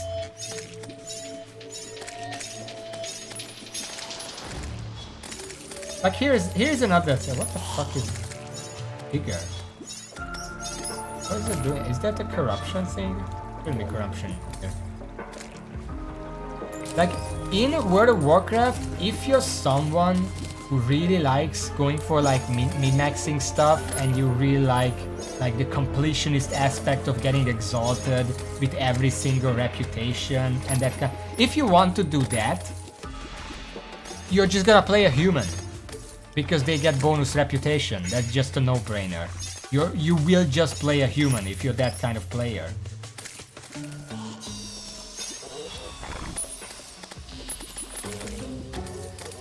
I do wonder, based on the type of people that play certain classes and the lore of like races and the lore of said races, what passives would they have? Like what makes a fucking Final Fantasy XIV elf special and different?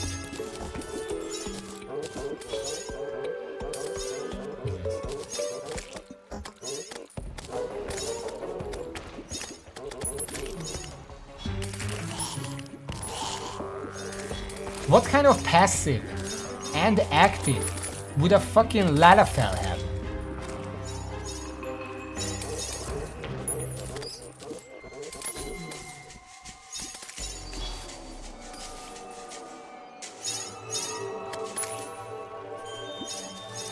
I don't even know anything about the Lalafell lore, because all I know is that they're the short race. Every MMO, every such game needs a short race. That's the Lalafell for Final Fantasy. So we know I haven't played many Final Fantasy games overall. I played 7 and that's it. Have Lalafell even been in the game before? Which games did they appear on? Were they just invented for 14?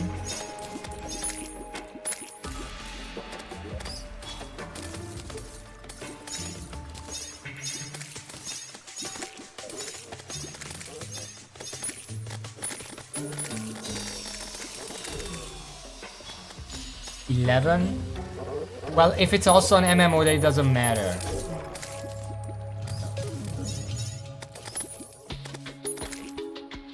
If it's also an MMO, then it doesn't count. I'm talking purely about, because you know, if I say that every MMO needs a short race, and then 11 had them, but it was an MMO, then the question just comes up again. It's the same question then.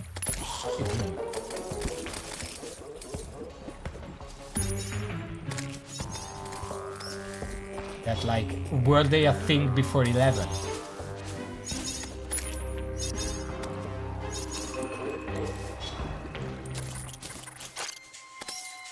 You know, it has Black Mage, which is where a lot of blood designer here, the dwarves, and facial aesthetics. Facial aesthetic.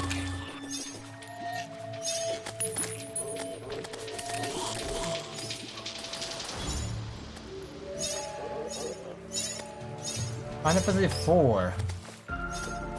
Well, I don't know if it counts if they just look similar, but they're not specifically named as being that. Because I'm assuming most of the other races have been named before, because it doesn't take a genius to come up with, like, let's have our own version of an elf, and then we're gonna call it some dumb name that not, because we have to have our elf. We can't just call them elves. Like World of Warcraft doesn't even call them elf. It's like Night Elf and High Elf and Blood Elf and that kind of thing.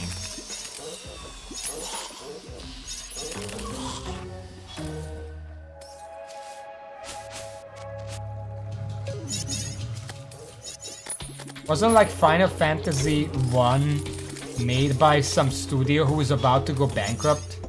Square Enix? But obviously.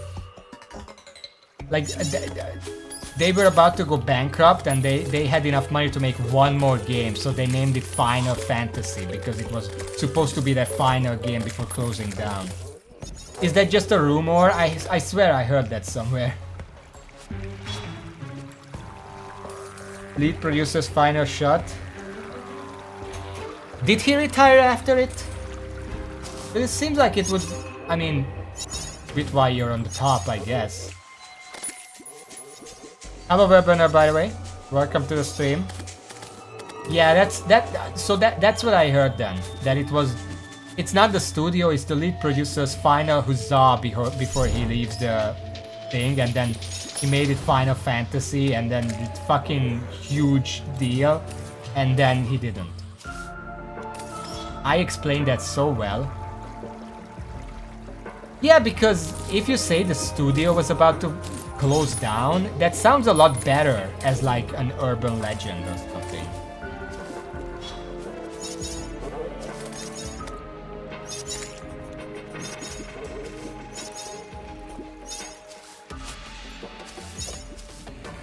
No, you're not real. Oh, there are two of them. Shit.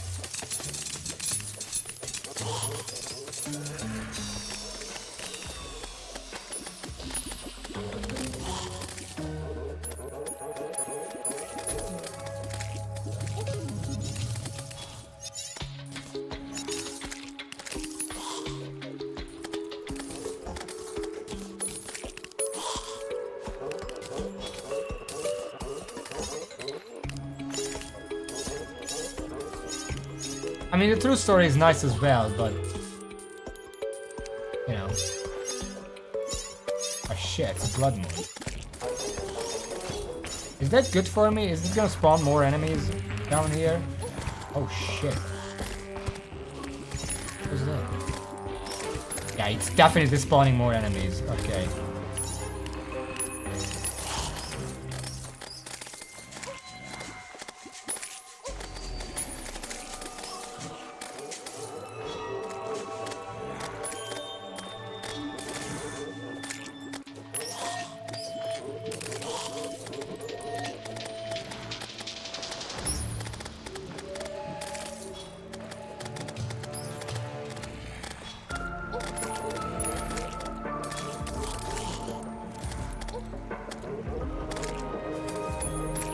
I'm gonna stay up here because it keeps the turtles at bay. For some reason they can't quite come up here. How many? I have 4. I need like 1 more. So I can make one be blood orb. Let's go.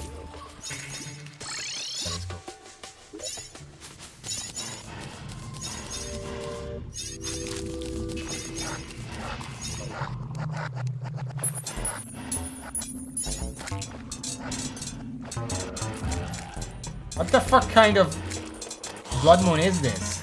It's just werewolves.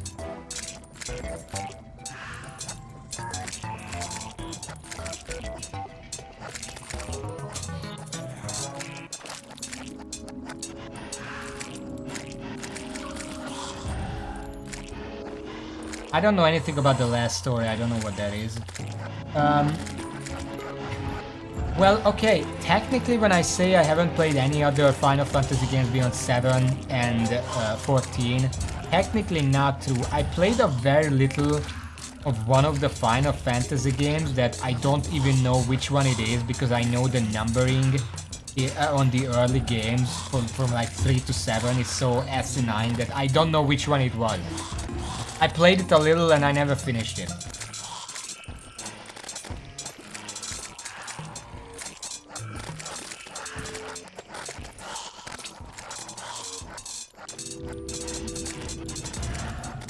Am I gonna wait for this again? I have everything I need. You know what? Fuck the blood moon. Get out of here. Get! Get!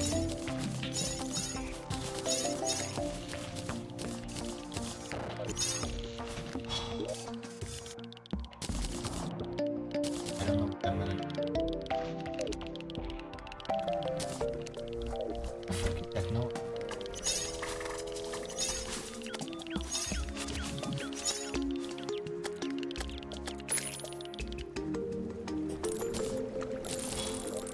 We do get a bunch of moon charms.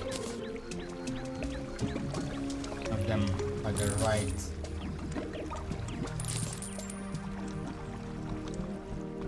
Well, we're gonna keep one because we can upgrade it later on.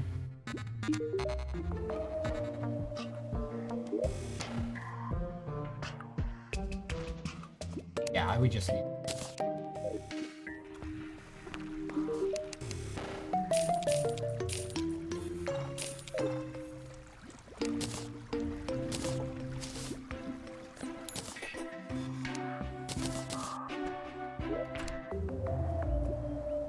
Okay, so Trapper Bob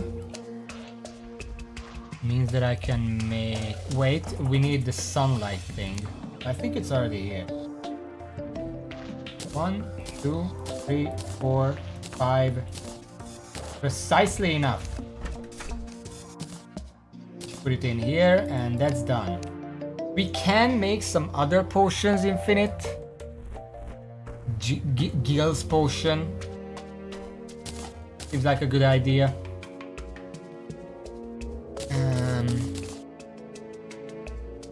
I guess magic power is okay. Zerg potion will be something to do, but it's not gonna be constantly used, so I don't think that's necessary. Sulfur skin would be useful. I don't think obsidian skin is that important.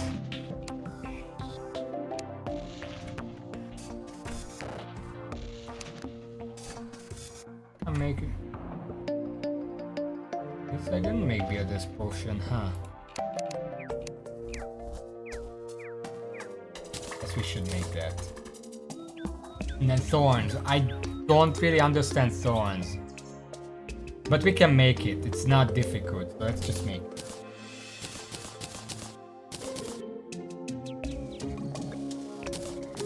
And there's also calming potion, which is the same ballpark as the Zerg potion. Okay. Let's see. We can make Chill's potion. That needs coral. Have that over there.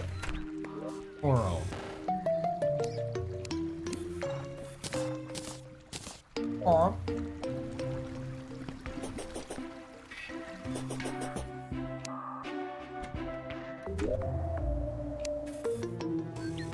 potion. Done. Next up, sulfur skin. That needs the sulfur sand. I might have to go and grab some of that. We'll do that later. Mana regen requires a bunch of stuff that I have. Let's go grab the stars. Oh shit.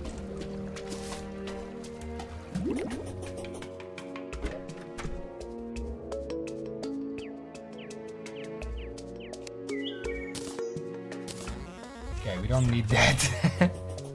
We don't need that right now. I was like, why do I have bubbles when I'm out here? Ah, that's curious. No, but seriously, I'm fucking dying.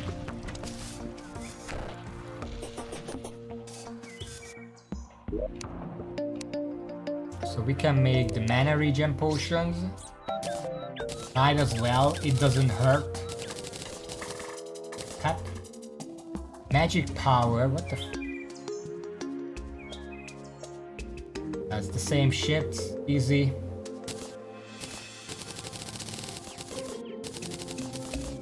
Done. Builder's potion. Ah, fuck you, Blinkroot. Thorn's potion. Oh, we can.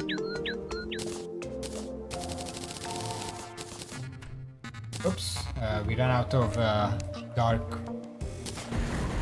fuckery. I don't know what it's called. Get some. Apparently not. Oh wait, no, I need the Blood Moon for that.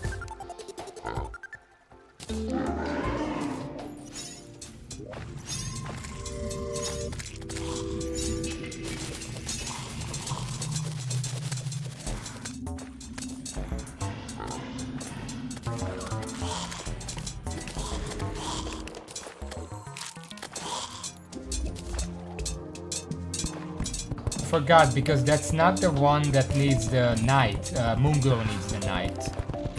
This Deathweed needs Blood Moon.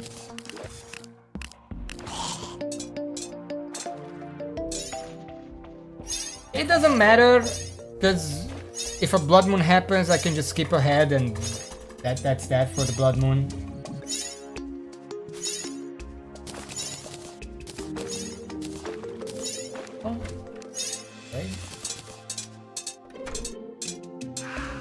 Okay, so it's Sulfur Skin. Sulfur Skin and Builder. Sulfur Skin needs the Sulfurous Sand. Builder needs Blinkroot. Yes, let's try to get enough Blinkroot. There are some here that I grow. Aye.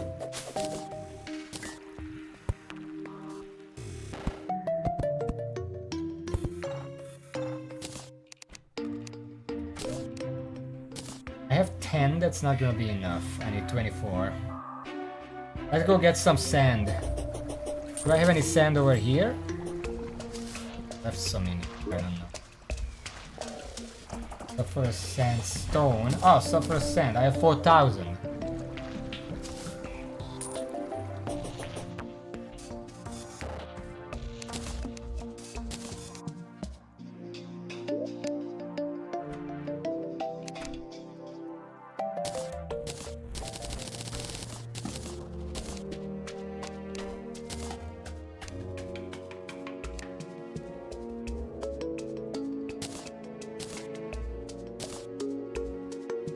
Alright.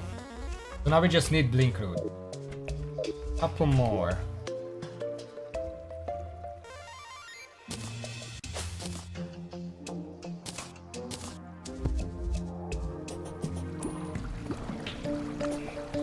I have planted some down here. Have they ever grown?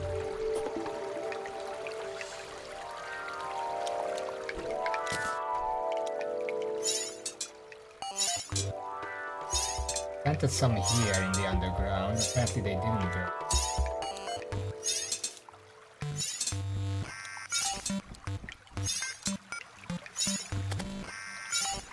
I don't even know where they did.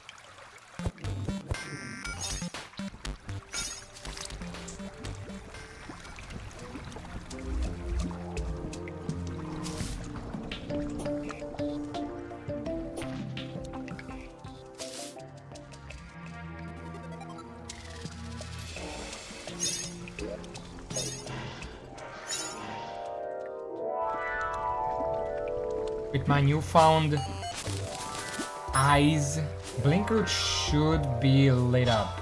Oh, there's one.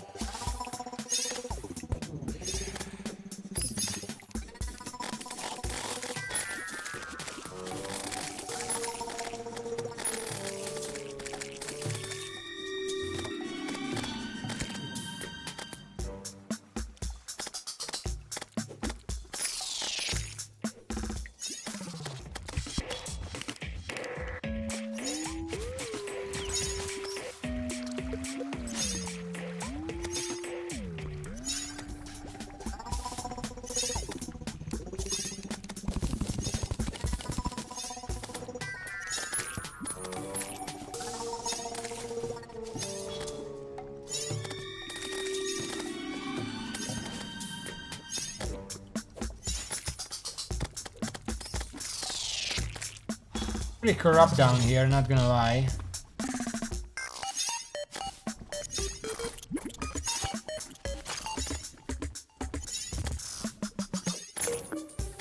I think this is part of the V shape that happened earlier on.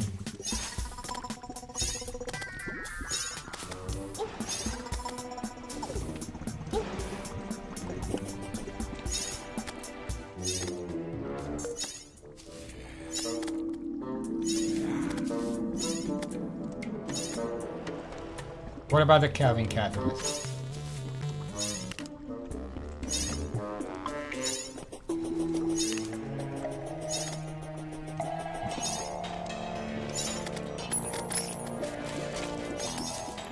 I remember way back when I made the arena down here out of just dirt. And what that meant is that whenever I came down here, there was always some blink root growing on the dirt. And I can't do that because this is a platform. But you know what? We got 5. Go back and see if there are any more growing.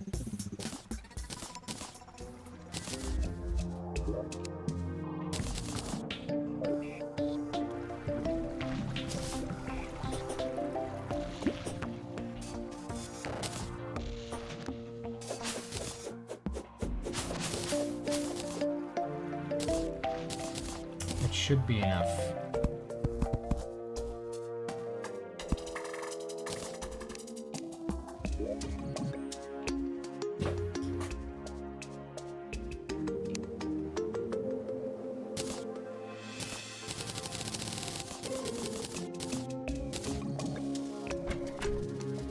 That's all the potions maxed out.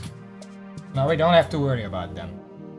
It does look really cluttered up here, but there's not much I can do about that. Okay. Oh yeah! There is also that. Can I use 30 food items?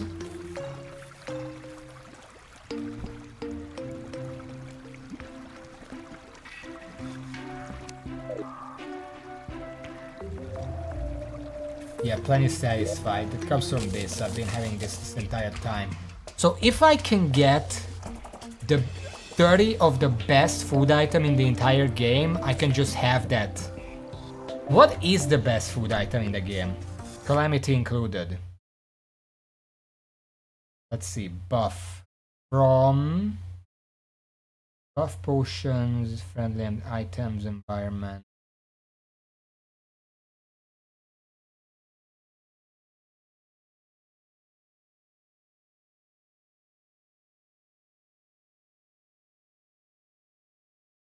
Weapons. Vanilla buff change.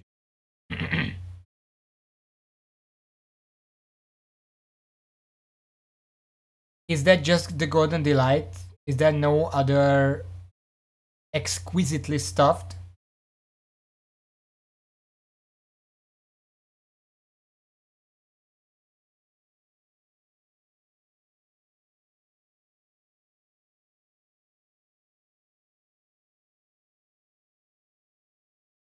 Just Golden Delight, grape juice.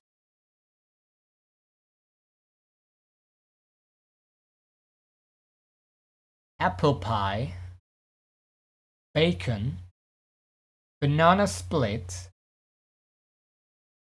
barbecue ribs, and burger.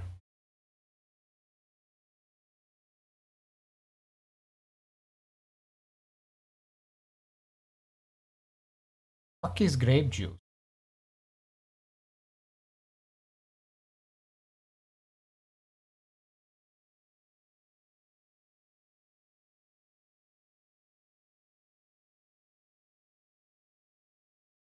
Well, 30 golden delights is gonna take a very long time to get. I need 30 golden animals, I guess. I don't know how to farm those.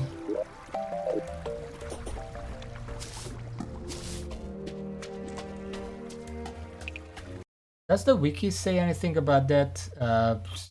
In gold worm, butterfly. And then gold worm can be called anywhere in the character and is ready to craft an animated. Gold can be used as fresh as the thicker gold worm itself. For craft fresh, gold worm can use it. Uniquely, gold worm has a low chance of being consumed as bait. This is obtained from opening a can of worms. Gold worm is best used to play a gun where it's permanent buff to play fishing power. Gold worm is a good bait item. Blah. Fuck is a can of worms?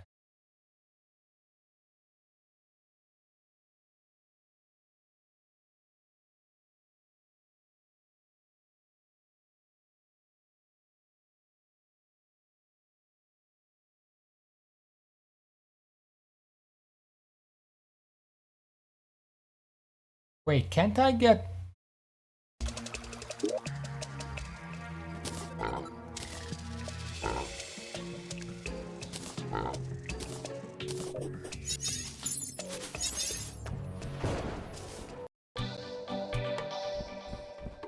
Let me check something.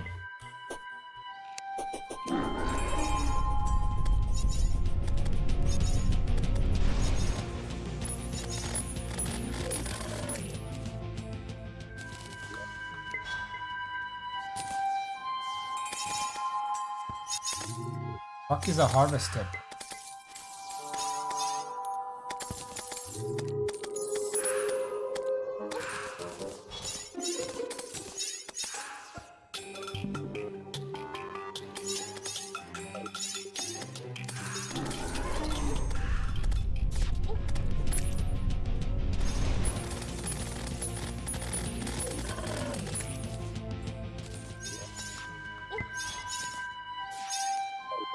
Didn't I fucking disable harvesters? Why are they still dropping?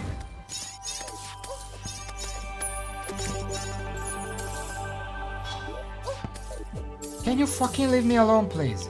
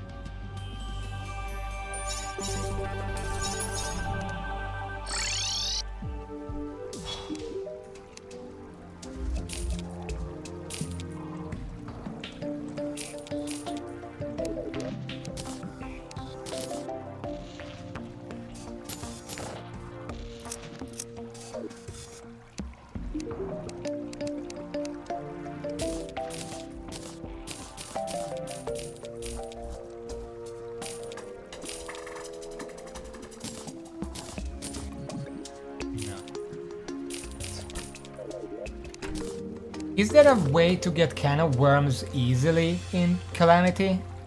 I thought one of the bosses dropped it, but I don't remember if they actually drop it.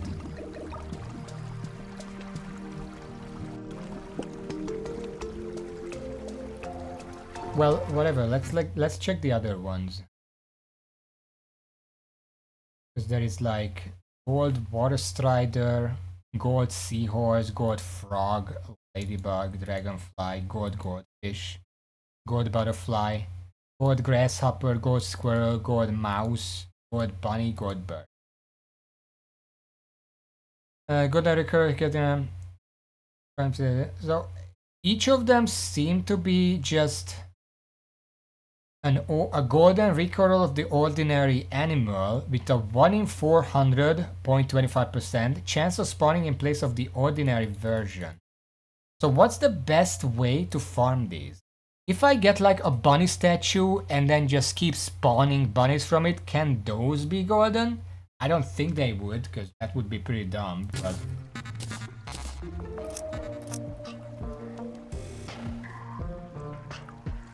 I don't want to use LOI recipes. I already told it. We've been over this.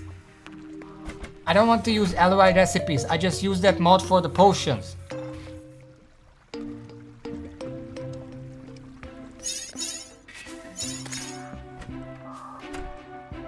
Any of these special? It's the same shit.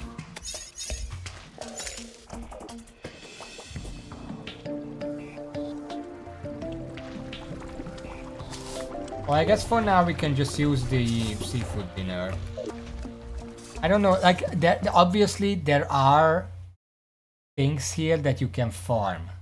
Like the grape juice needs 2 grapes. The grapes drop from like derplings and giant flying foxes. I don't know what the later one is, but the derpling is the jumping thing in the surface jungle.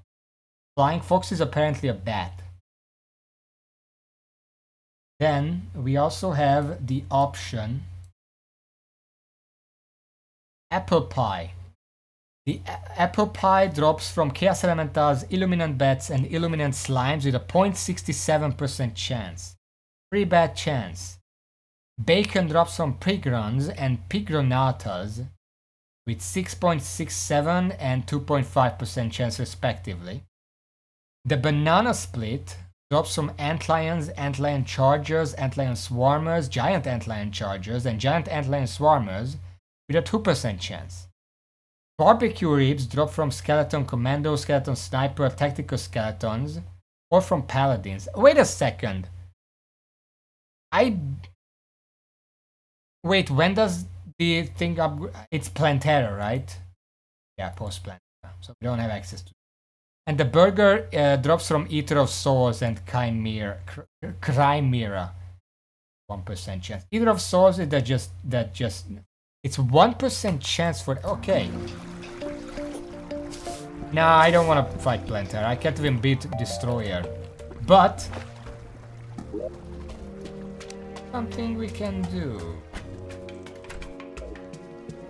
I think we will.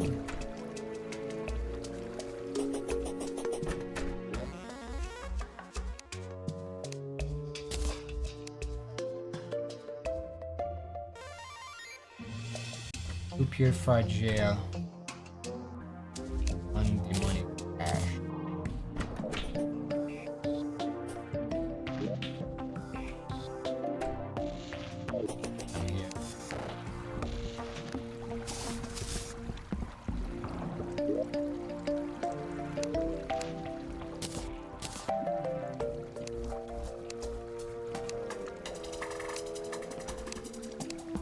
Where did I put the demonic ash?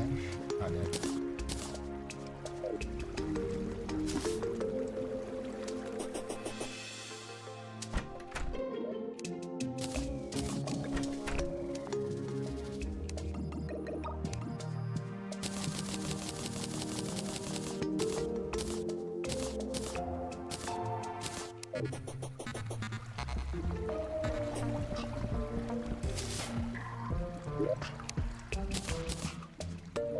We have to be fast with this.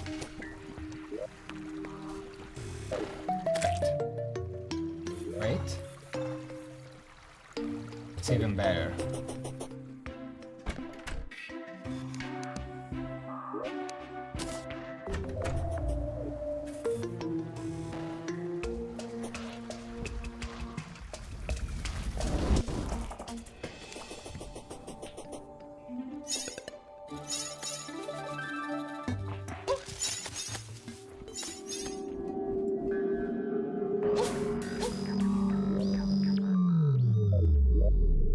Does this work, by the way? I don't even know if this works.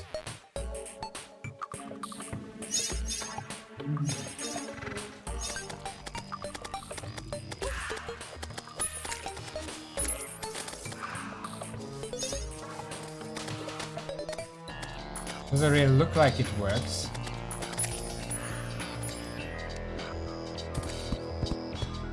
Can the Zerg potion be used for this?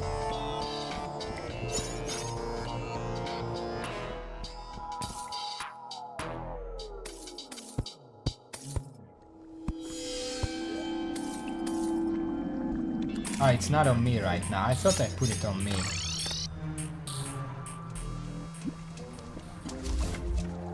I don't want to put it in the forge, because I don't want it to be permanent. I want to put it on me.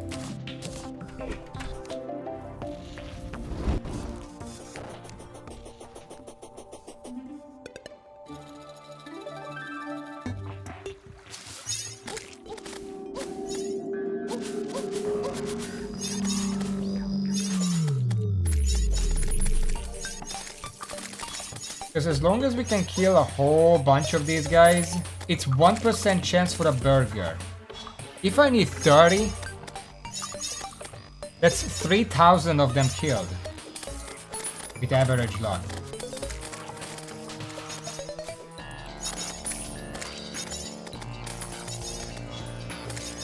Probably not the best spot to farm this though. Find another spot.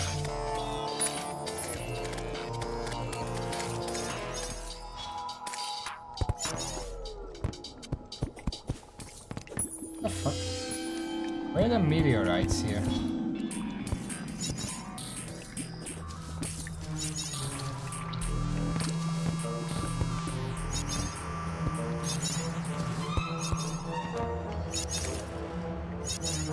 Where is the meteorite?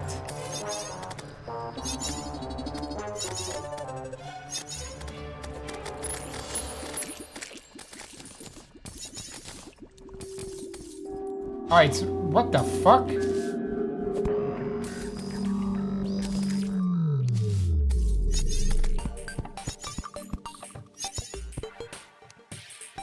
It just...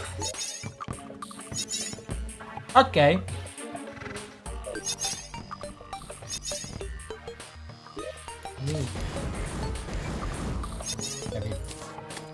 Goblin army, well, that's perfect. Yeah, I'm not gonna do this here because those just take up the entire place. Let's just go over here. We have an arena here that we...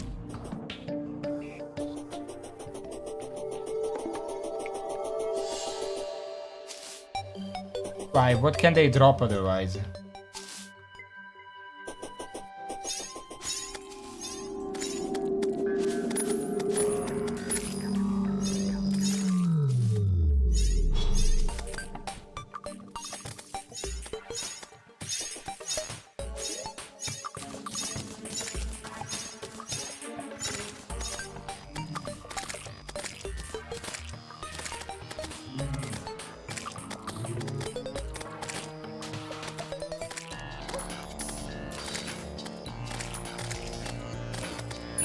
Give me 1 fucking second, I'm trying to set up here.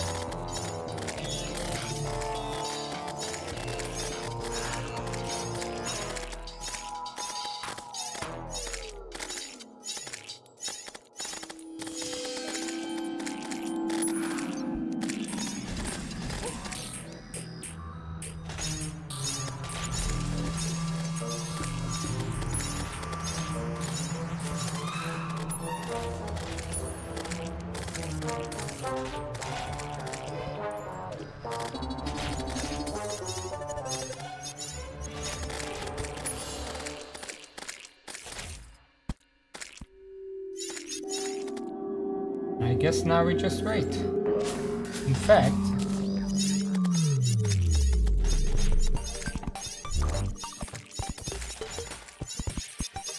There we go.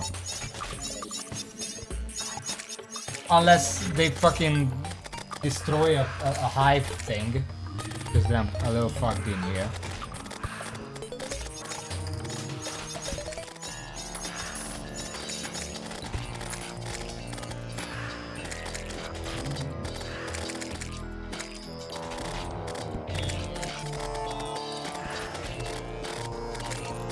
What we're looking for here is the Eater of Souls.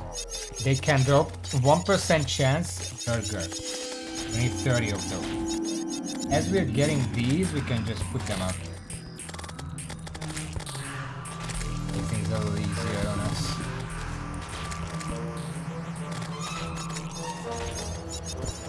Corruptors don't even drop it, I'm pretty sure, just the Eaters. And the claspers, there are clasp, but they don't appear up here, so...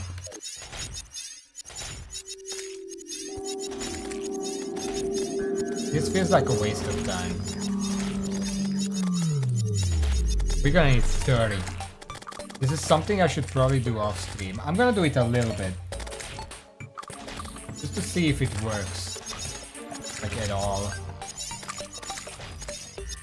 Because right now I don't really see any. What is that? That's a meat grinder. I see like a blindfold, vitamins, Speed grinder, obviously. But there is a megaphone down there.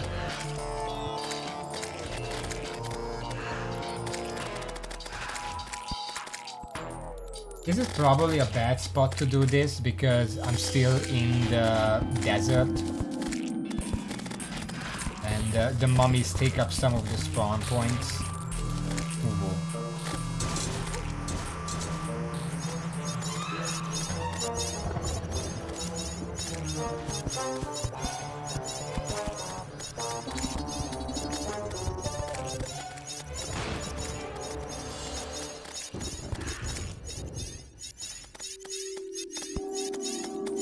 This is a graveyard.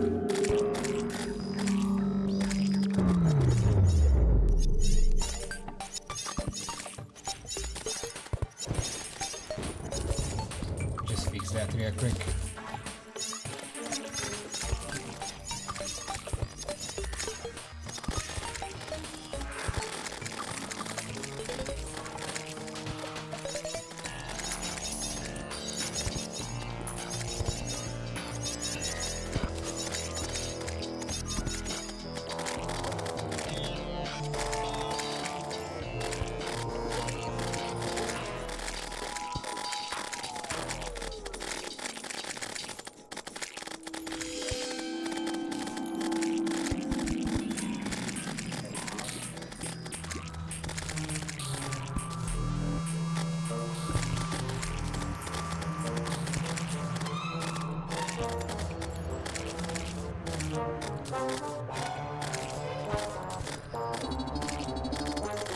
Okay, this looks like a good spot.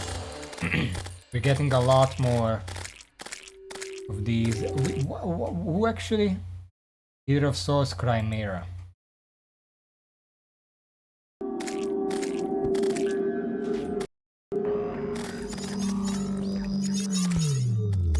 Wonder if Calamity changed any of these.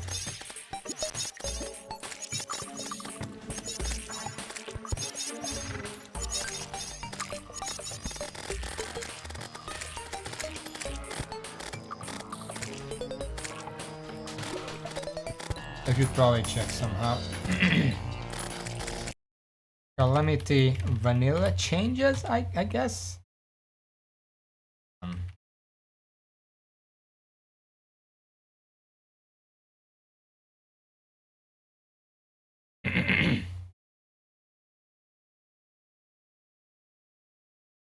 Doesn't seem like there are any changes.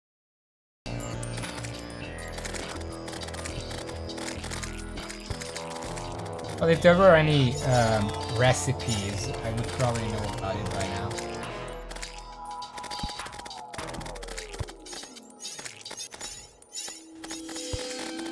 Is there a higher level battle potion than Zerg? 'Cause I'll be honest, this doesn't seem that many.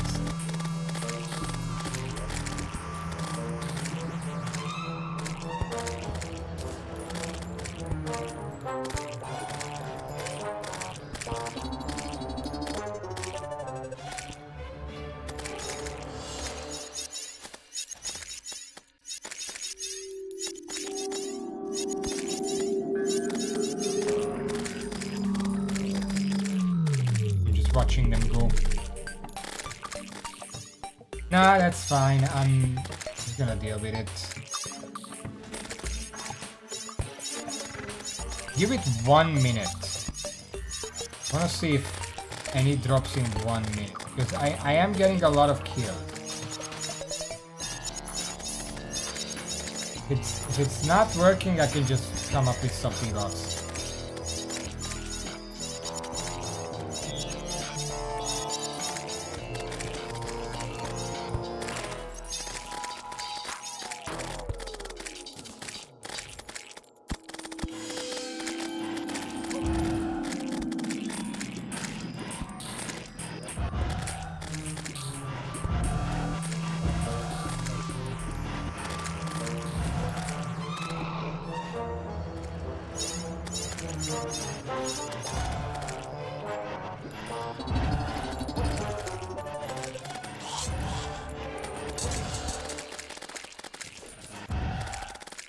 In the meantime, I'm thinking how I'm gonna tackle... Can these ghosts fuck off already? Yeah, that's it. I'm just gonna go and fight. Ah, Goblin Army, of course.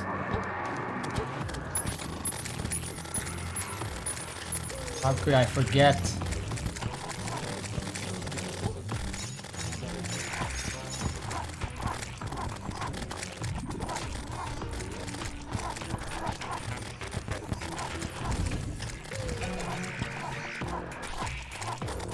Give me a moment with this.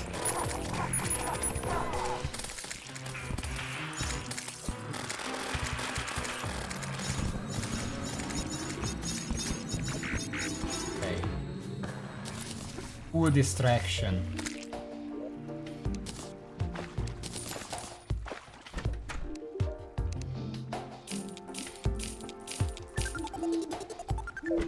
Should probably get rid of these Zerg potions. They don't work in town because towns drastically reduce spawn rates, but I still don't really want it on me.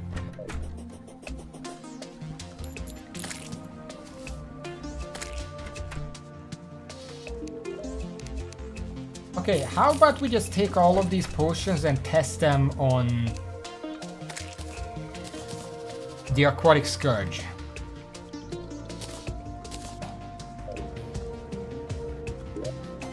Before I completely forget how to fight it.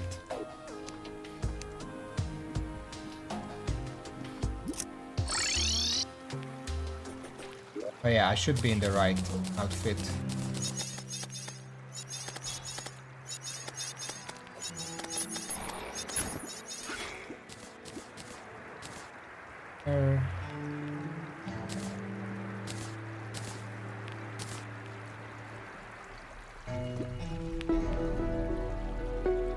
Probably it. I don't know what I use for. I'm gonna use it now.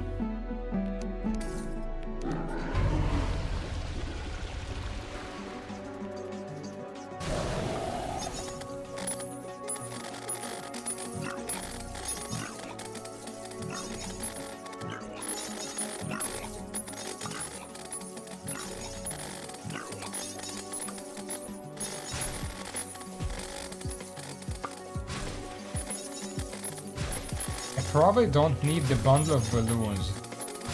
It actually makes it a little harder to dodge.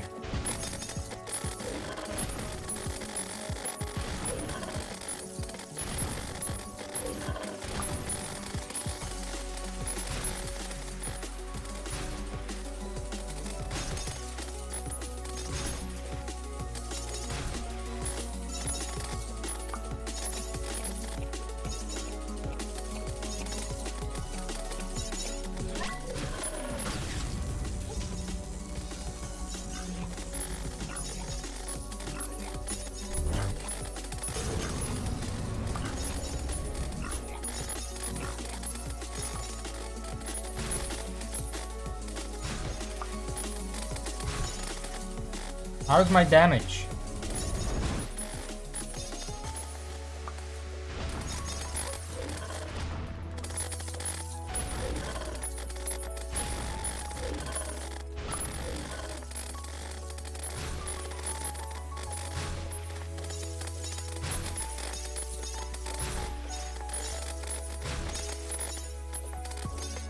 I wonder if past enemies felt tanky because I wasn't using enough potions.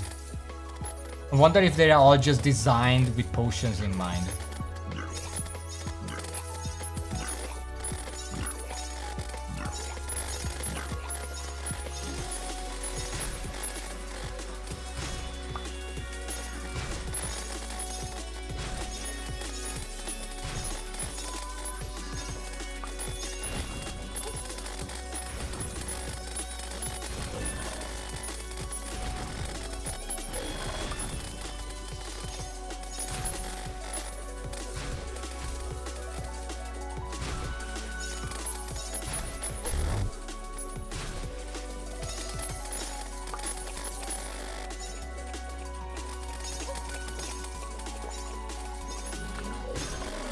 Can I make infinite health potions somehow?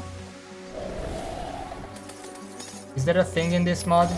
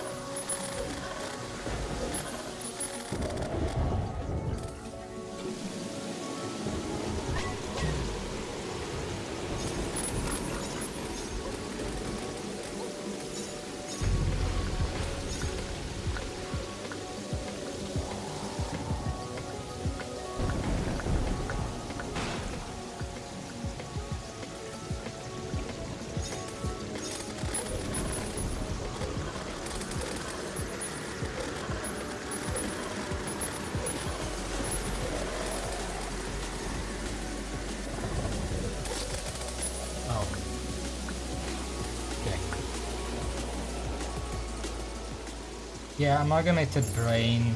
I don't know where it's right here. Like that. But I also used this, and I don't remember what it was instead of.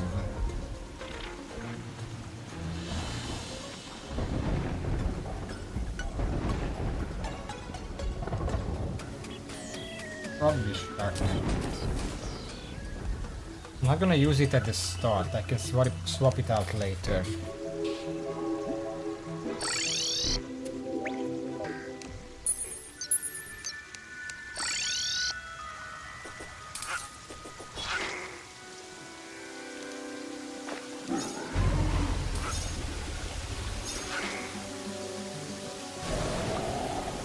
The summon really doesn't matter. Minimal bonus.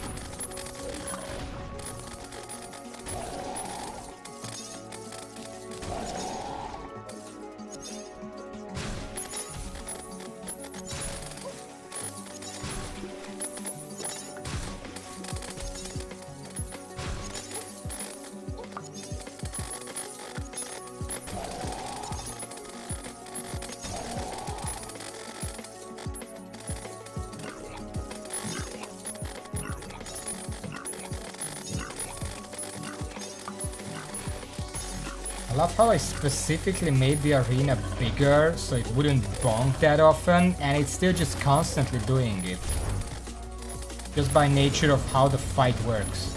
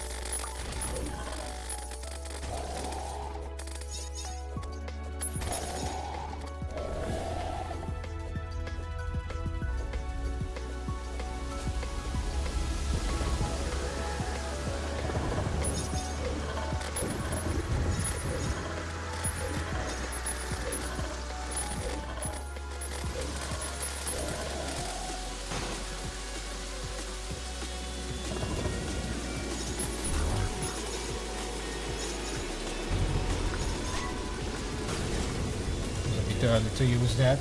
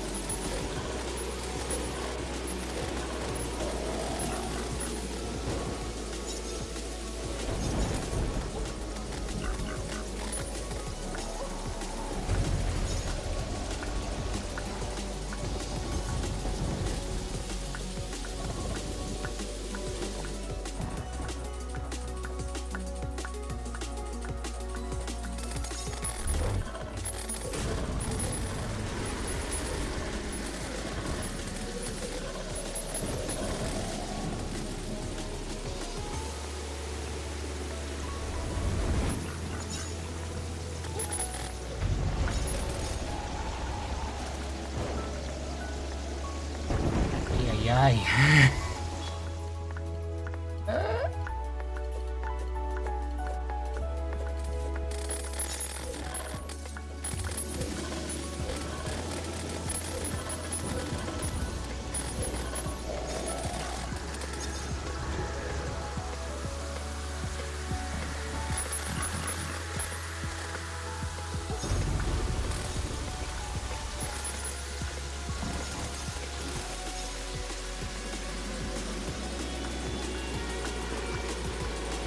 Right now, I know I have a lot of health, but I want to survive one bonk. It's doing something.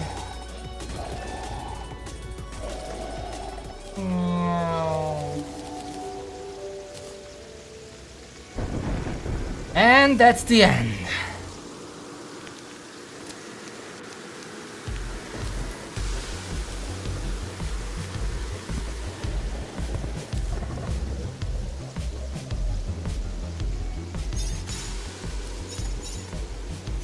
Oh shit, it's acid rain.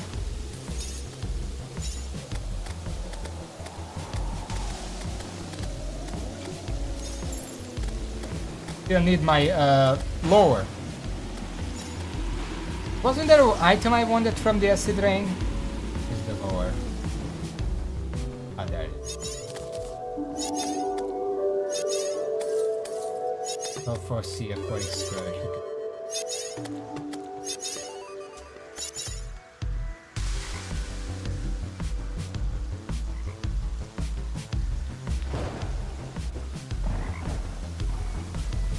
Interesting music.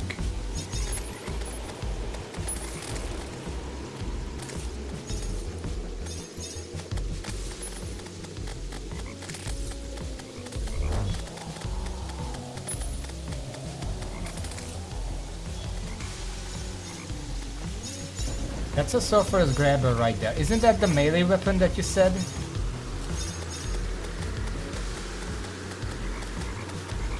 Oh, it's a yo-yo.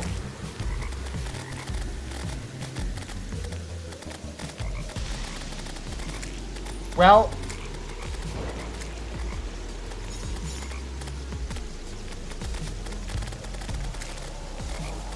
or I can just do this.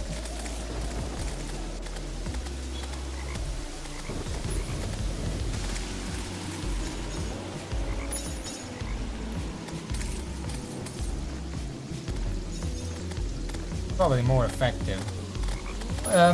What other items are from the acid rain? Because where is it from the boss or is it from the acid rain? That item that gives poison to your rogue weapons.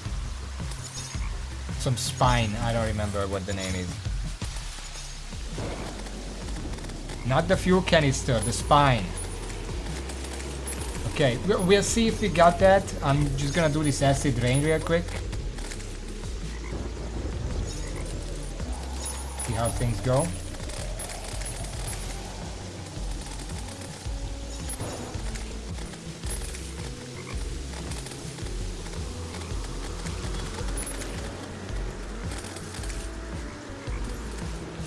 And then what else can I get from it? Apparently this phase of the acid rain should have some mini bosses. See them yet? Are they in here?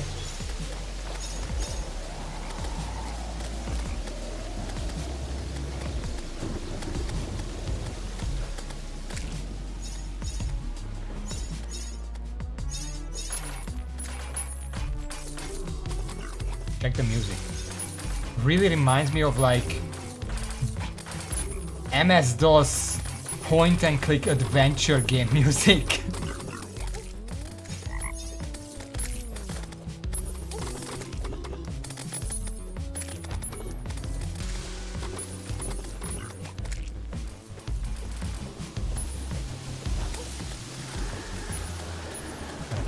There is something that spawned. Oh! It's on top of me. Can I get it out of the water? Can I fight it while flying? But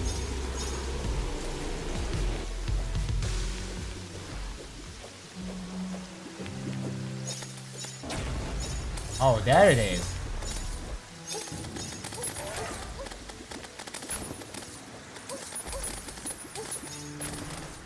Not dealing much damage, so we don't have to worry about that.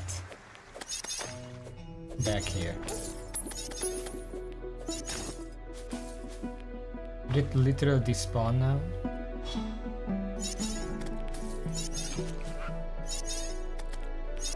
Oh, the sulfurs, the acid rain ended, that's why.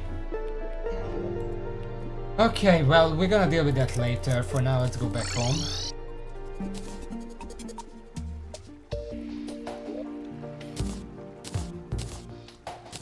He's away.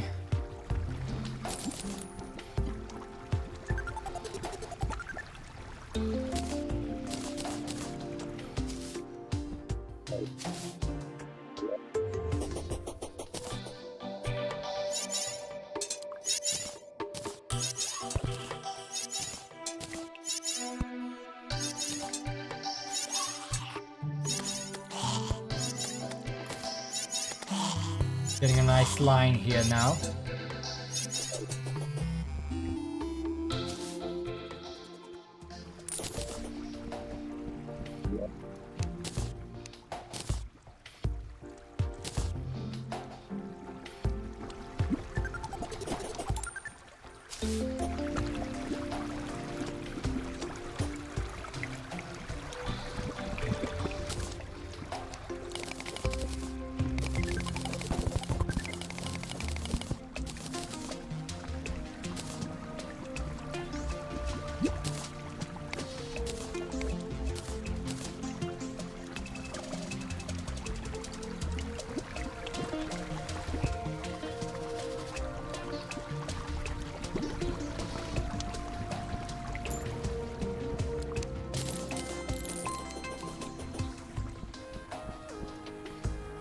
We got some corroded fossils from the acid rain, which are used to make the amalgam after a bunch of other stuff.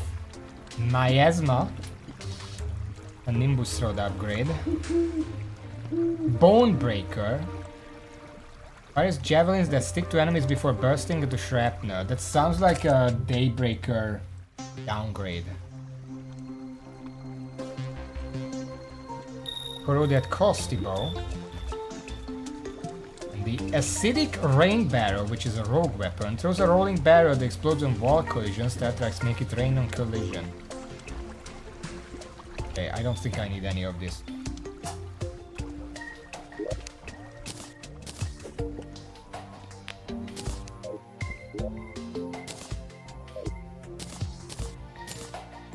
We did get the spine. Corrosive Spine. All rogue weapons inflict poison and spawn poisoned clouds on enemy hits. Release a ton of clouds everywhere on hit. It's also 4 defense. So it's technically a defensive utility thing. We're gonna reforge that, it's gonna be good. We got the Aquatic Emblem. Most ocean enemies become friendly and provides water breathing. Being underwater slowly boosts your defense over time but also slows movement speed. The defense boost and movement speed actually slowly vanish while outside of water. Maximum defense 5, maximum movement speed 10%, that's basically nothing. Provides a small amount of light in the abyss, moderately reduces breath loss in the abyss. We got Scourge of the Seas. A rogue weapon. You're gonna have to test it.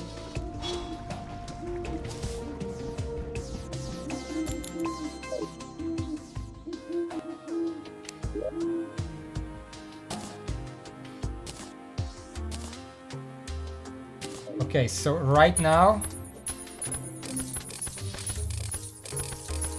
this is still a lot of DPS. Let's say about 1600, very generously. Compared to that, but this is forceful, so we can expect a little less, but we're gonna factor that in.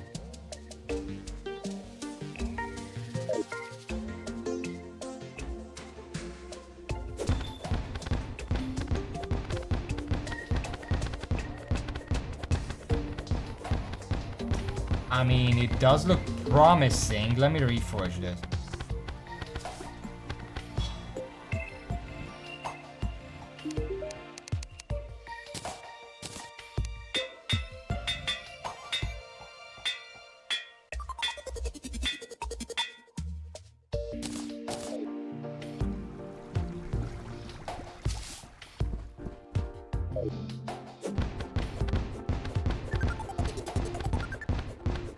Yeah, that obviously this is a stationary target. If the target is not stationary, the clouds would do less. It's comparable damage.